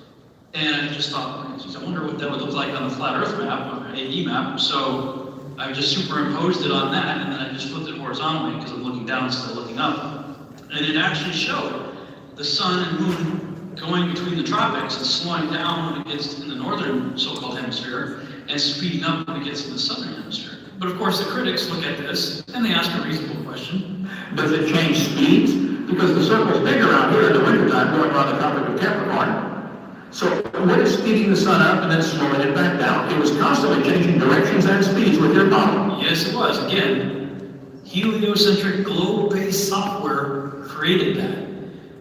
And interestingly enough, I found a video online that a guy went apparently on the Tropic of Cancer at a certain time of the year, on the equator, and on the Tropic of Capricorn, and videotaped the moon going across the screen. Now, he had it at double speed, and I made it a lot faster just for the sake of this video, but sure enough, the moon was moving at different speeds across his lens. Fastest over the Tropic of Capricorn, medium over the equator, and slowest over the Tropic of Cancer. I'd be curious to see how the Globers explain this. But at least the moon here reflected exactly what Stellarium, heliocentric globe-based software, had depicted. And I can only assume if the moon's doing this, the sun must be doing the same thing, though I'm aware of any tests that have been done in that regard. Number 8. The Coriolis effect means freely moving things like cannonballs or hurricane winds are deflected to the right, but only if you're north of the equator. If you're south of the equator, they're deflected left. Okay, number 8. The Coriolis effect. Honestly, the whole thing falls apart if this place is not moving. If the Earth is not rotating, you can throw out all of the usual arguments for the Coriolis effect. And there's plenty of evidence to show that this place is not moving. So I could pretty much just end it right here. If the Earth is not rotating, and it's not, then you can throw out pretty much all arguments for the Coriolis effect. But we'll go ahead and get a little deeper into it. I think probably a good place to start may be to talk about the Foucault pendulum. Here's a clip from a video that Eric Dubay put out called Debunking the Spinning Ball Earth. And in this video, he addresses the Foucault pendulum. In the mid-19th century, a Frenchman named Léon Foucault became famous for swinging pendulums and claiming their consequent motions were proof of the Earth's diurnal rotation. The showman sets motion and bids the gaping world of thoughtless men and women to behold a proof that we are living on a whirling globe which is rushing away through space. But since it has been found that, as often as not, the pendulum went round the wrong way for the rotation theory, chagrin has taken place of exaltation, and we have a proof of the failure of astronomers in their efforts to substantiate their theory. So to begin with, Foucault's pendulums do not uniformly swing in any one direction. Sometimes they rotate clockwise, and sometimes counterclockwise. Sometimes they fail to rotate, and sometimes they rotate far too much. Scientists who have repeated variations of the experiment have conceded time and again that, quote, it was difficult to avoid giving the pendulum some slight lateral bias at starting. The behavior of the pendulum actually depends on, 1, the initial force beginning its swing, and 2, the ball and socket joint used, which most readily facilitates circular motion over any other. Okay, now this socket joint thing is rather interesting. About a year or two ago, I went to the Griffith Observatory in Hollywood, and so just below the dome there you have probably one of the more famous Foucault pendulums here in the United States. Now, listen to what the tour guide had to say about how this thing works. If you're wondering how we keep it going with an electromagnet. Otherwise, due to air friction, it would slow down. We'd have to jump in there every hour or so, give it a push. But our electromagnet keeps it going even after we close at night. It keeps going and going, swinging back and forth even after we close. Not everyone realizes that they actually have a magnetic drive plugged into electricity that keeps them moving. Now, the only reason I know this is because I worked for a construction company that installed one. You may also want to just Google the Allais effect. I think that's how you say it. ALLAIS, which describes how, oddly enough, solar eclipses can cause focal pendulums to do all kinds of weird stuff. Slow down, speed up, go backwards. Lots of interesting anomalies regarding the focal pendulum seem to happen when there's an eclipse. But wait a minute, I thought this thing operates because the Earth is rotating. And why should it care about the movement of celestial bodies that are the closest ones, over 250,000 miles away, and the other one's 93 million miles away? So why does an alignment in the Copernican model affect focal pendulums? There's some interesting things to look at regarding this thing, and frankly, I'm convinced it's just a smoke and mirror parlor trick. Now let's go back to the Europe Bay commentary. Also in the mid-19th century, another Frenchman named Gaspard Gustave Coriolis performed several experiments showing the effect of kinetic energy on rotating systems, which have ever since become mythologized as proof of the heliocentric theory. The Coriolis effect is also said to affect bullet trajectories as well. So as the bullet leaves the barrel of the gun, the Earth is still rotating, and the bullet is not rotating with the Earth. So the Earth will actually rotate out from underneath of the bullet while it is in flight. Coriolis errors are caused by the Earth's rotation. When a bullet is fired from a gun, it will take a certain amount of time to reach the target. While it is traveling, the target is dropping or rising according to the Earth's rotation. The motion from the Earth's rotation can be split into two components. One that is in the direction of the bullet's flight, and one that is perpendicular to the bullet's flight in the vertical direction. For a typical long-range cartridge, the bullet flight time to 1,000 yards is approximately 1.5 seconds. The effect is negated when shooting north or south, and opposite when shooting east or west. When shooting east, the point of impact would be high, and when shooting west, it will be low. Okay, allegedly, shooters have to adjust if they're shooting east to west because the target, supposedly on a rotating Earth, as soon as the bullet leaves the muzzle, it's going up in the air toward a target that is either allegedly rolling up over the ball towards you or rolling down and away from you on the ball, east to west, depending on which way you're shooting. But that doesn't, how could that be negated if you're shooting north or south? How could that be a non-issue? If you're having to chase a target or a target's rushing up on you because the Earth is rotating, then if you're shooting north or south, you should have to adjust either to the left or to the right because that target's also going to be moving in that direction. Because as we just established, the target's supposedly moving from the west to the east. So they kind of just contradicted themselves, really. Beyond that, okay, the logic is, because of the Coriolis effect, the Earth's spinning. If you're shooting in a certain direction, that bullet that's traveling very fast, within like 1 to 2 seconds, right?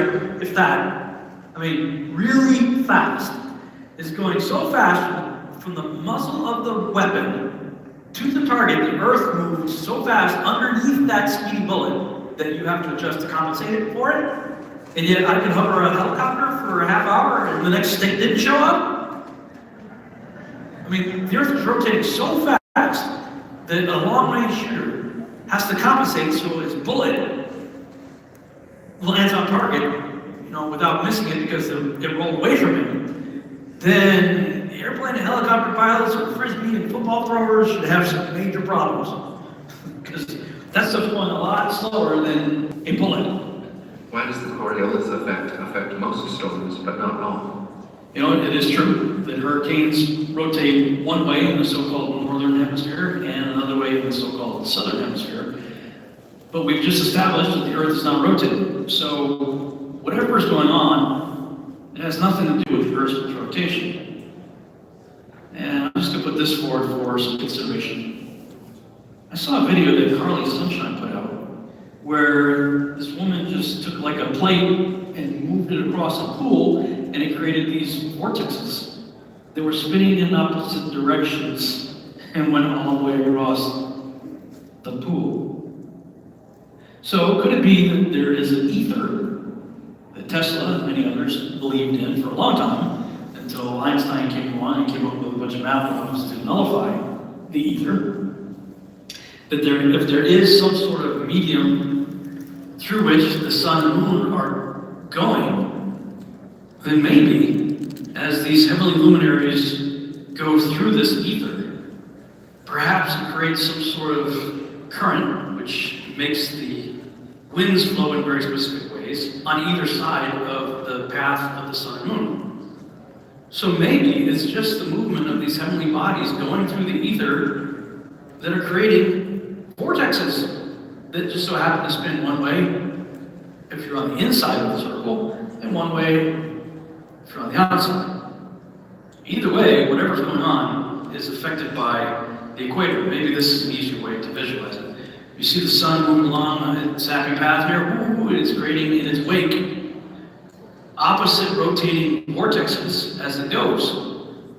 You know, in the northern hemisphere, it's rotating counterclockwise, and the southern clockwise. And interestingly enough, I found this animation done by a YouTube channel called Tech Insider, and it says that it turns out tropical storms don't come to within 5 degrees latitude of the equator. Wonder why? And it says they will likely never cross it either. And that's because of the winds pushing the storms away from the equator. Well, I mean, if that's the path of a localized sun and moon going around the circle of the earth, it just kind of makes sense that they're not going to get in the path. They're going to only be affected by, if you will, the wake that's left behind through the ether. Anyway, for me, the whole thing is resolved by the fact that the earth is not rotating. Number 7, triangles. If you walk 10,000 kilometers straight along the Earth's surface, turn 90 degrees to your right, walk 10,000 kilometers more, turn right again, and walk another 10,000 kilometers, you'll be back to where you started, having successfully made a triangle with 3 90-degree angles. As any geometry student will tell you, this is impossible on a flat surface. So what? This isn't a proof of anything. You can make a 90-degree triangle on a ball. Ooh, wow! How is that a proof that the Earth's a globe? That's ridiculous. Guess what? I can draw a perfect circle inside a triangle. That means the Earth's a pyramid. This is a proof. All he proved is that you can draw a 90-degree triangle on a ball. Wow. Number 6, the sun, in general, gets lower and lower in the sky as you travel over the equator, and you can use this to directly measure the Earth's curvature. Pick 2 places a few hundred miles directly north and south of each other, and at noon measure the shadows cast by a vertical meter stick at each location. You can use the shadow lengths to figure out the angle between the sticks, and once you add in how far apart they are, you can calculate the Earth's curvature. Okay, this is basically a repackaged version of the Eratosthenes experiment, where if you assume you have a distant stationary sun, and that distant stationary sun is shining straight down on, let's say, a stick or an obelisk, so there's hardly any shadow at all. The shadow's like, right in line with the pole itself going into the ground. And then at some distance, let's say to the north, there's another obelisk or stick in the ground, and the distance between the two, and that one's casting a longer shadow. Well, you'd say, well, the only way that's possible is if the Earth is on the globe. Reasonable assumption. And actually, as a mathematician, it was a brilliant deduction. However, the same thing works if you've got a sun that's small and localized and moving over the Earth, that you could get a shadow like that. I mean, I created this model right here that shows exactly that. They got the little point light over an obelisk here, and then I move it over, and look at how the shadows change, boys and girls. It doesn't require the Earth to be a globe. Number 5, the stars at night change as you go north or south. For example, Orion is upside down if you're in Australia. Ooh, wow. Okay, please pay close attention now, because I'm about to show you something really complicated. Are you ready for it? Here it is. Wow, that's amazing. But it didn't require me being on a wall. That's a stupid reason. Number 1. Ferdinand Magellan, and many people afterwards, circumnavigated the Earth. That means he left headed west, continued going west, and came back to where he started, still going west. Actually, Magellan was dead, but one of his ships, led by Juan Sebastian Elcano, finished the journey. Yeah, this is one that comes up a lot. Oh, you know, people have circumnavigated the world going east or west. Well, so what? That's, if north is your center on a disk, I mean, you're navigating the same way either way. So let's say you're on a ball and you want to go east. Well, you keep the compass heading north, 90 degrees off to your left, and you start walking. If you want to go west, you keep it 90 degrees off to your right, and you keep walking. You're using the north to determine what is east and west. Well, same thing on a circle. Circumnavigation on a circle is exactly the same as circumnavigation on a ball. Number 3, the horizon. Ships on the ocean or tall Chicago buildings viewed over Lake Michigan disappear bottom first. And you can see the sunset twice if you watch it lying down and then stand up. The simple fact is, if the Earth were flat, there wouldn't be a horizon beyond which things could disappear. So from across Lake Michigan, you'd be able to see all of Chicago, as well as the Rocky Mountains. Now, what's interesting about this video is it was done December 28, 2012, so good 3 years or so before the whole flat Earth thing. But no, you wouldn't be able to see all the way to the Rockies because there exists this crazy thing called our atmosphere. It's quite dense, and so much the more so when compounded over long distances. As for the Chicago skyline being seen from the other side of Lake Michigan, it is very interesting that this picture would show up about 3 years after the top 10 proof video was done. Then, of course, we had the weatherman saying, and what you're seeing here is a mirage. So Rick Hummer and I got in the boat and we proved that it was not a mirage, but the actual city. Of course, we had plenty of criticism, though, such as, at a viewing height of 6 feet, we calculate that 2,166 feet should be below the horizon at 60 miles. So they are right that the entire city of Chicago should be completely hidden. And it is hidden nearly all the time, but sometimes it can be seen from that far away due to a type of atmospheric light refraction phenomenon called a superior mirage. A superior mirage is caused by colder air below warmer air, which bends the light around the curve of the Earth. This event sometimes makes the news for the very reason that it is a rare occurrence. If the Earth was flat, you could see the buildings on any clear day, not just rarely when the conditions are right for refraction. Flat Earthers use these rare events to try to prove the Earth is flat, but that makes no sense. It's called cherry picking. You don't get to pick the anomalies that seem to agree with your views and ignore the common observations that don't, and still call yourself an honest investigator. That is intellectually dishonest. gotta love the critics. Okay, so I'll show you more about what I... Until then, let's see who's going to pick and choose what common observations they're going to accept and or ignore.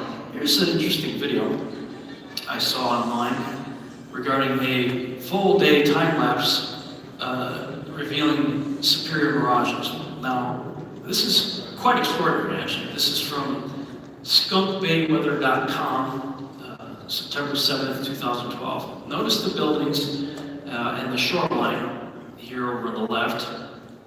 Keep your eye on that. Just watch that, and the mountain in the background. Everything's pretty cool. You can see pretty much everything there, but as the day progresses, and we're now at 9:30 a.m., and it's 59 degrees, 60 degrees, it's getting warmer. The temperature is changing. We start to see some miraging take place, right? It starts to distort things a little bit. Ooh, look at that. The water seems like it's getting higher, and we're losing buildings, and we're losing the beach. Here it is now, noon, 63 degrees and climbing. Uh-oh, there it goes. Oh, there it is again. Oh, it's all miraged. Huh, it's all distorted. Sometimes you see it, sometimes you don't. The default is to see it though. That's the point. The default is minus distorting atmospheric conditions, you would be able to see everything clearly. But due to different temperature variations and density in the atmosphere and whatnot, sometimes you can see the whole shoreline and the buildings, sometimes you can't. But the magic trick is not in being able to see it. It's what is taking place that obscures your ability to do so. Look at this. And the mountains in the background shrink and expand and everything too. Look at the comparison, expand and everything too. Look at the comparison right here. The one on the right at 5:44 p.m., 63.5 degrees Fahrenheit. Can't really see anything on the left shoreline there.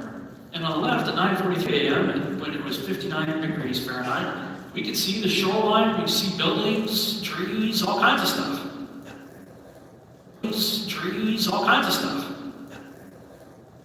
So, I mean, either this is, filling up and draining so that the water level is higher or lower, or it's due to atmospheric lensing and distortions, refraction, and all that good stuff, causing us to not be able to see it at certain times. I think that's exactly what's going on Lake Michigan. And again, based on that imagery that I saw looking 46 miles across versus 0.6 miles across, I really do believe, just like the experts said, the globalist guys, they are the ones that said, hey, the atmosphere really is acting like a lens. They put a lens in front of the camera to show how it works. Again, more on this shortly. Number 2, during a lunar eclipse, the shadow of the Earth on the moon is curved. The following is from a radio show I did back in 2015, talking about the issue of lunar eclipses. Now we'll talk about the eclipses in a second, but believe it or not, many people believe that the phases of the moon are also caused by the shape and shadow of the Earth. I mean, I wish I had $1 for every time somebody called me an idiot while claiming that the phases of the moon are caused by the shape of the Earth. The Earth is not responsible for the phases of the moon, even in the spinning heliocentric NASA-based model. It's not. They say that the phases of the moon are caused by the angles of the sun's light hitting the moon. And speaking of angles, ever notice on days when the sun and moon are up at the same time, the terminator line on the moon is often quite off from where it should be if it were in fact reflecting the light from the sun. Okay, now see the sun going down in the west over there. And go this way and up. And there's the moon. With the shadow angled this way. So you would think that if the moon is reflecting the light of the sun, that the sun should be shining this way. The problem is the sun is now way down here. Look at the terminator line in the shadow. You would think the light should be coming directly across from it, but it's not. It's way down there. The angle is totally wrong for that shadow. So, if the moon is not reflecting light as it should, could the moon actually be exactly as the scriptures say it is? You've got a number of scriptures saying that the moon is a light. It's a lesser light, according to Genesis. And Isaiah and Ezekiel, it talks about the sun causing her light to shine or giving her light. There's nothing in scripture that indicates that it's a reflector. And so back to the Griffith Observatory, you would think, for the display on lunar phases, that you would see a moon going around tidal locked to the Earth, such that the same face is always pointing toward the Earth. And as it's rotating around the Earth with the same face always pointing toward the Earth, see how the faces work. I mean, you would think that they would have a display like that, but they didn't. What did they have? They had a self-illuminating moon going around in a circle, creating the moon phases. But, I'm having a hard time with that whole reflector thing, especially when you realize that anytime you have a reflector, it's going to bounce back the same light that is shined on it. And we've found that that is not the case. The moon gives off a totally different light. The sun gives off warm light or hot light, and the moon gives off a cold light. Set up my whiteboard, just like I did before, then facing toward the direct moonlight. And get my iPhone here to focus up.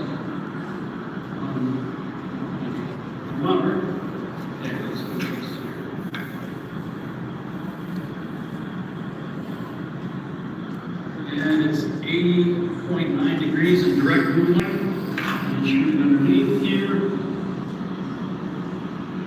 it's 89.6 degrees in the full moonlight. So 9 whole degrees different. You know, all I do is take a foam core, you know, trifold thing you can get at Walmart and set it up, reflecting the light of the moon. And it showed it was 9 degrees warmer in the shade of the moon than it was in direct moonlight. That's a totally different kind of light. I mean, you know, the light of the sun brings life to living organisms and stuff, and you know, there's documentation about how the light of the moon does the exact opposite. It aids in decay. It's a totally different light. All right, so now that we've established that, let's get to the topic of lunar eclipses. And I'll go back to a video that I did back in 2015. So, if the phases of the moon are not caused by the shadow of the Earth, what about the lunar eclipse? Now, that one, everybody seems to understand to be the result of the moon going into the Earth's shadow, as depicted here. You got the Earth's penumbra and the Earth's umbra. And as the moon starts to go into the umbra side of it, that's where somehow the dark shadow of the Earth makes the moon turn red. That's what all the charts and everything show, but is that really the case? Well, let's see. This author points out some really interesting things regarding lunar eclipses, and solar eclipses as well. Dr. Robin goes on to say, Oh, sorry, I don't have one. Okay. Or incompatibility. Many cases are on record of the sun and moon being eclipsed, but both were above the horizon. That's a big problem. The sun, the earth, and the moon not in a straight line. The earth below the sun and moon out of reach or direction of both. And yet, a lunar eclipse has occurred. Is it possible the shadow of the earth be drawn on the moon? I need to go to the washroom.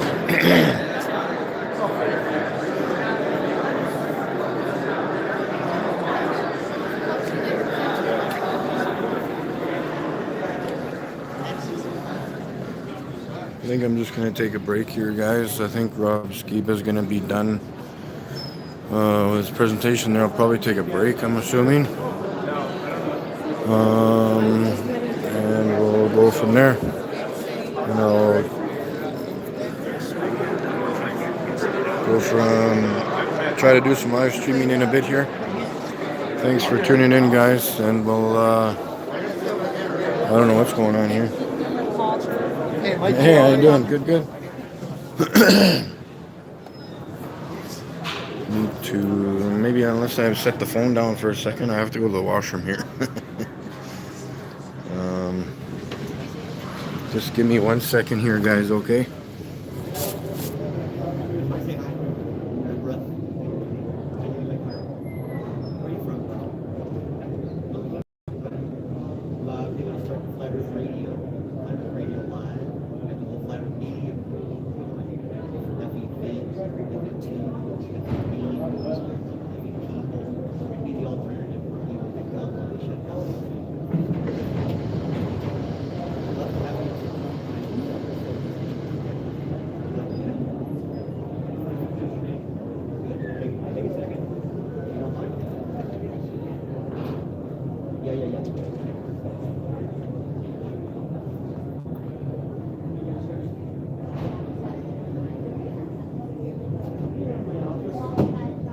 It's a ragdoll that has no eyeballs whatsoever.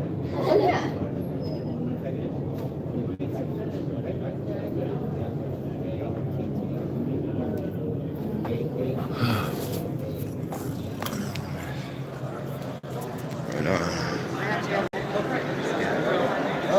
I had to pee like a racehorse. Where did Joshua go? He was here a second ago.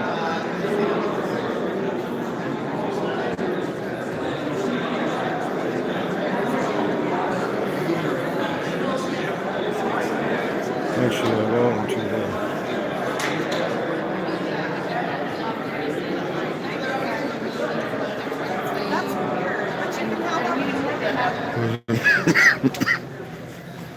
Who's in the chat here, guys?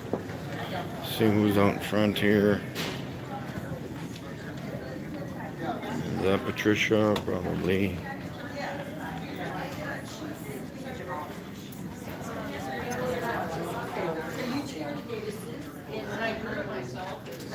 There's Patricia. Morning. Are you making a video? Oh yeah. Yeah. 2 hours. Yeah, 2 hours, yeah. From the Flat Earth Conference. I've got my special badge that I affixed to my hand. And then there's this thing that's pretty cool, which is, Oh yes, I used to have one of those. it looks like we're the Flat Earth Police. Patricia, you're so And Tam, you're not really Tammy. Why don't we put your name on it? So Tam, you're instead of Tammy. Is that what it is?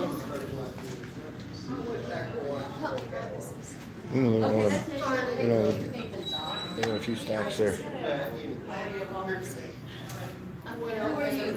Okay, and then you're bringing it back to the healthy, right? So you have a job of RDC now? Well, everything, okay.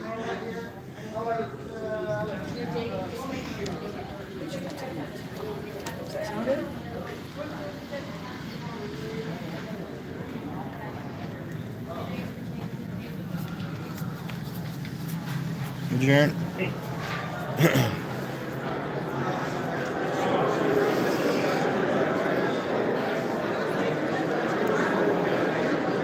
Where's Mac at? Sleeping still.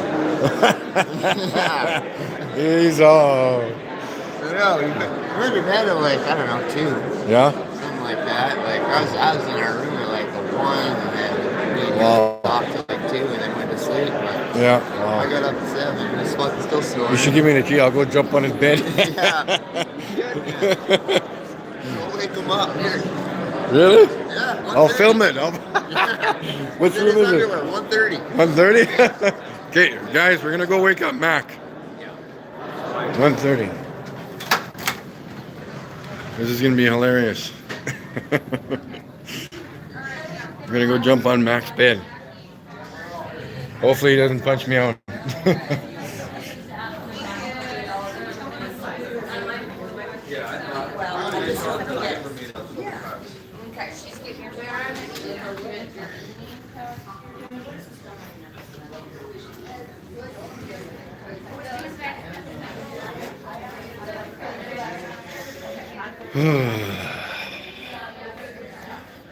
I'm hungry. I didn't even eat anything yet today. I think I ate too much yesterday, maybe. Had some nice deep fried ice cream at the Mexican restaurant. I love that shit. I can eat that all day.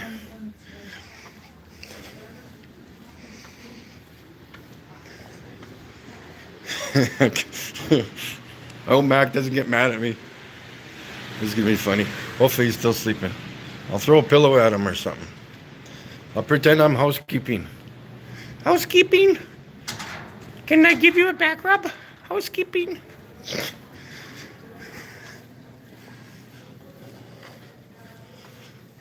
Hello.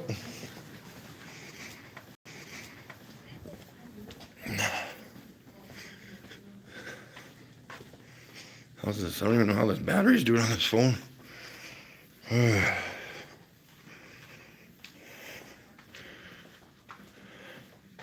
Zoom still watching? Or is he busy doing other stuff?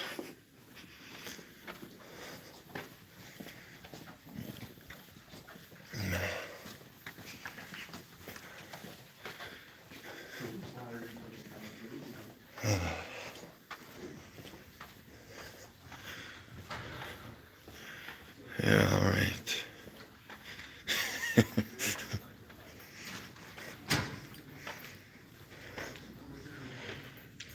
Looks like another nice day here in Denver.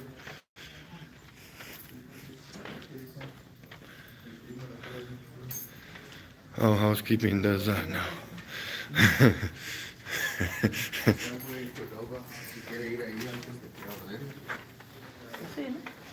Let's go. There's Karen B is looking all jazzy today. Hello.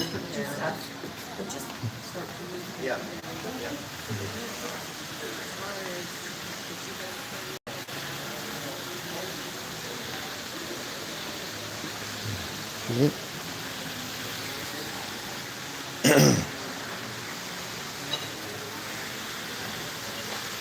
Am I gonna get reception in the elevator? Hopefully.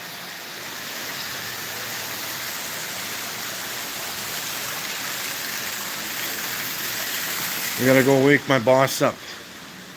Go wake Mac up. That was room 130, right? Is that what he said?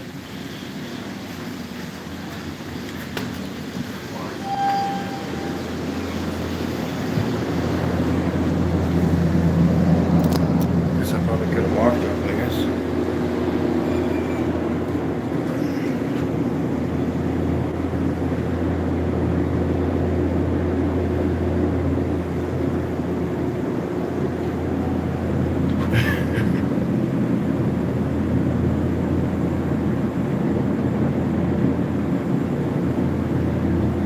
Come on, open. Let's go.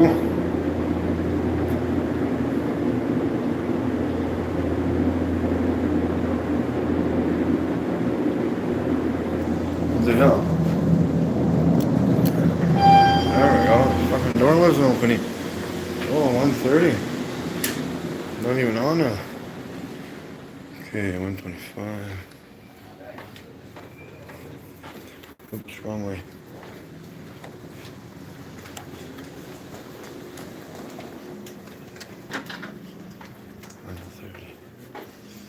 Where is 1:30?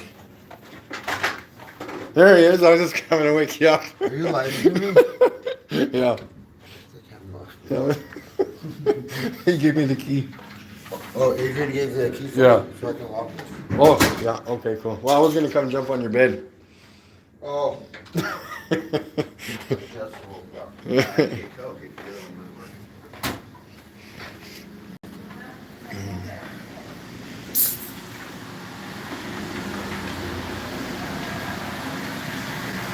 Yeah. So I don't know what else to do here, guys.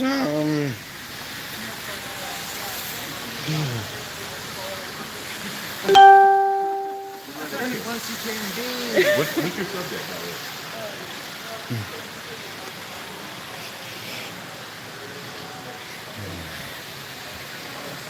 Yeah. Mac's not an early person. He likes to enjoy his rest.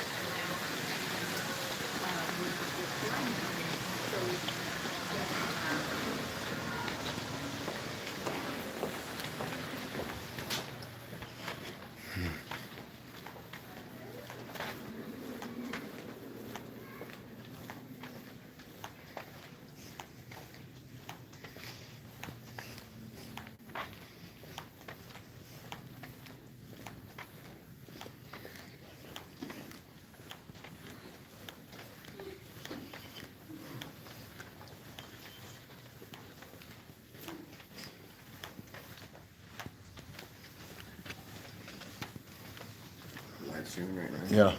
You're walking down the hall. Yeah. Don't know what Everybody's else. on the to edge do. of their seats. Yeah. What's gonna happen? Yeah. Give me some popcorn.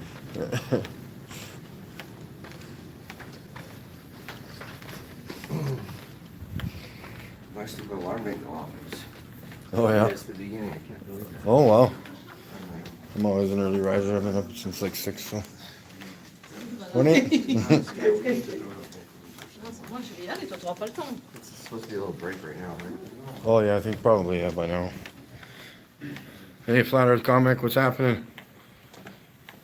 I love the room in the hallways. Yeah, I know. It's very exciting, isn't it? All the drama.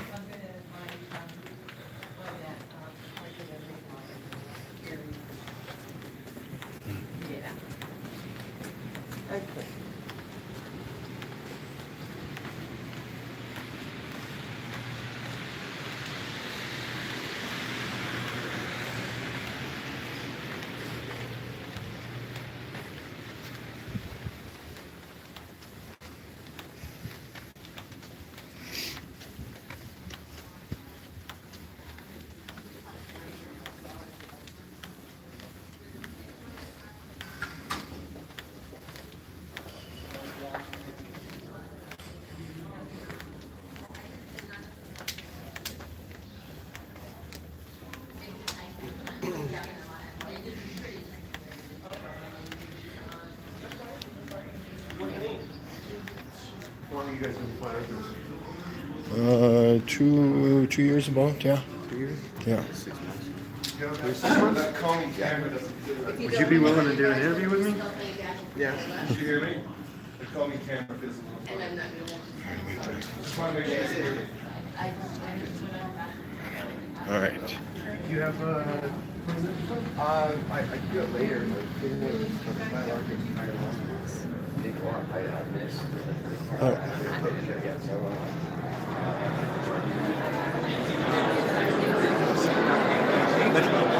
How you doing? Sure, I guess so. Are you a flat earther? You betcha. Are you? Oh, good. Everybody's a flat earther, even you. Some people aren't so big on it. I know, but you are a flat earther. Yeah, you're right. Everybody is. So mine's Russ. Oh, my name's Mike. Mike, hey, Yeah. I see you're busy. Go ahead. No, I'll shake Hey, nice hands, to meet yeah. you. Can I give you my card real quick? Yeah, for sure. So I was able to start up the Flat Earth Radio Live. Oh, awesome. Okay. And so we're looking for hosts. Okay. Listeners. Awesome. You got a radio voice. Oh yeah, good. Yeah. So anyway, so tune us in.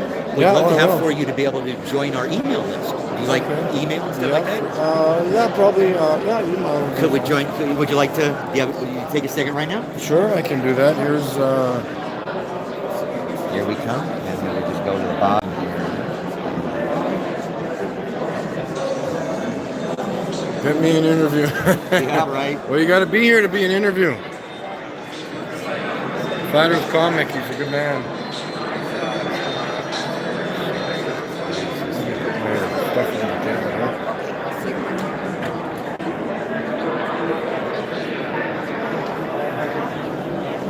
Well, he's getting interviewed now.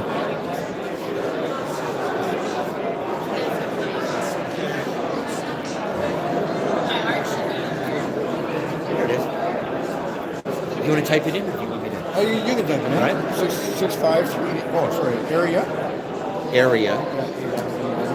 6538. 6538. Gmail.com. He was just coming out the door. I was like, oh. I snagged him. He was. Oh, I'm talking about another guy. And he's like, oh, don't film me, don't film me. Was he coming here then? I think he was going out for a smoke or something like that.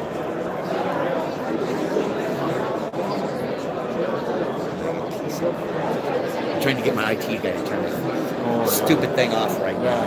Jesus.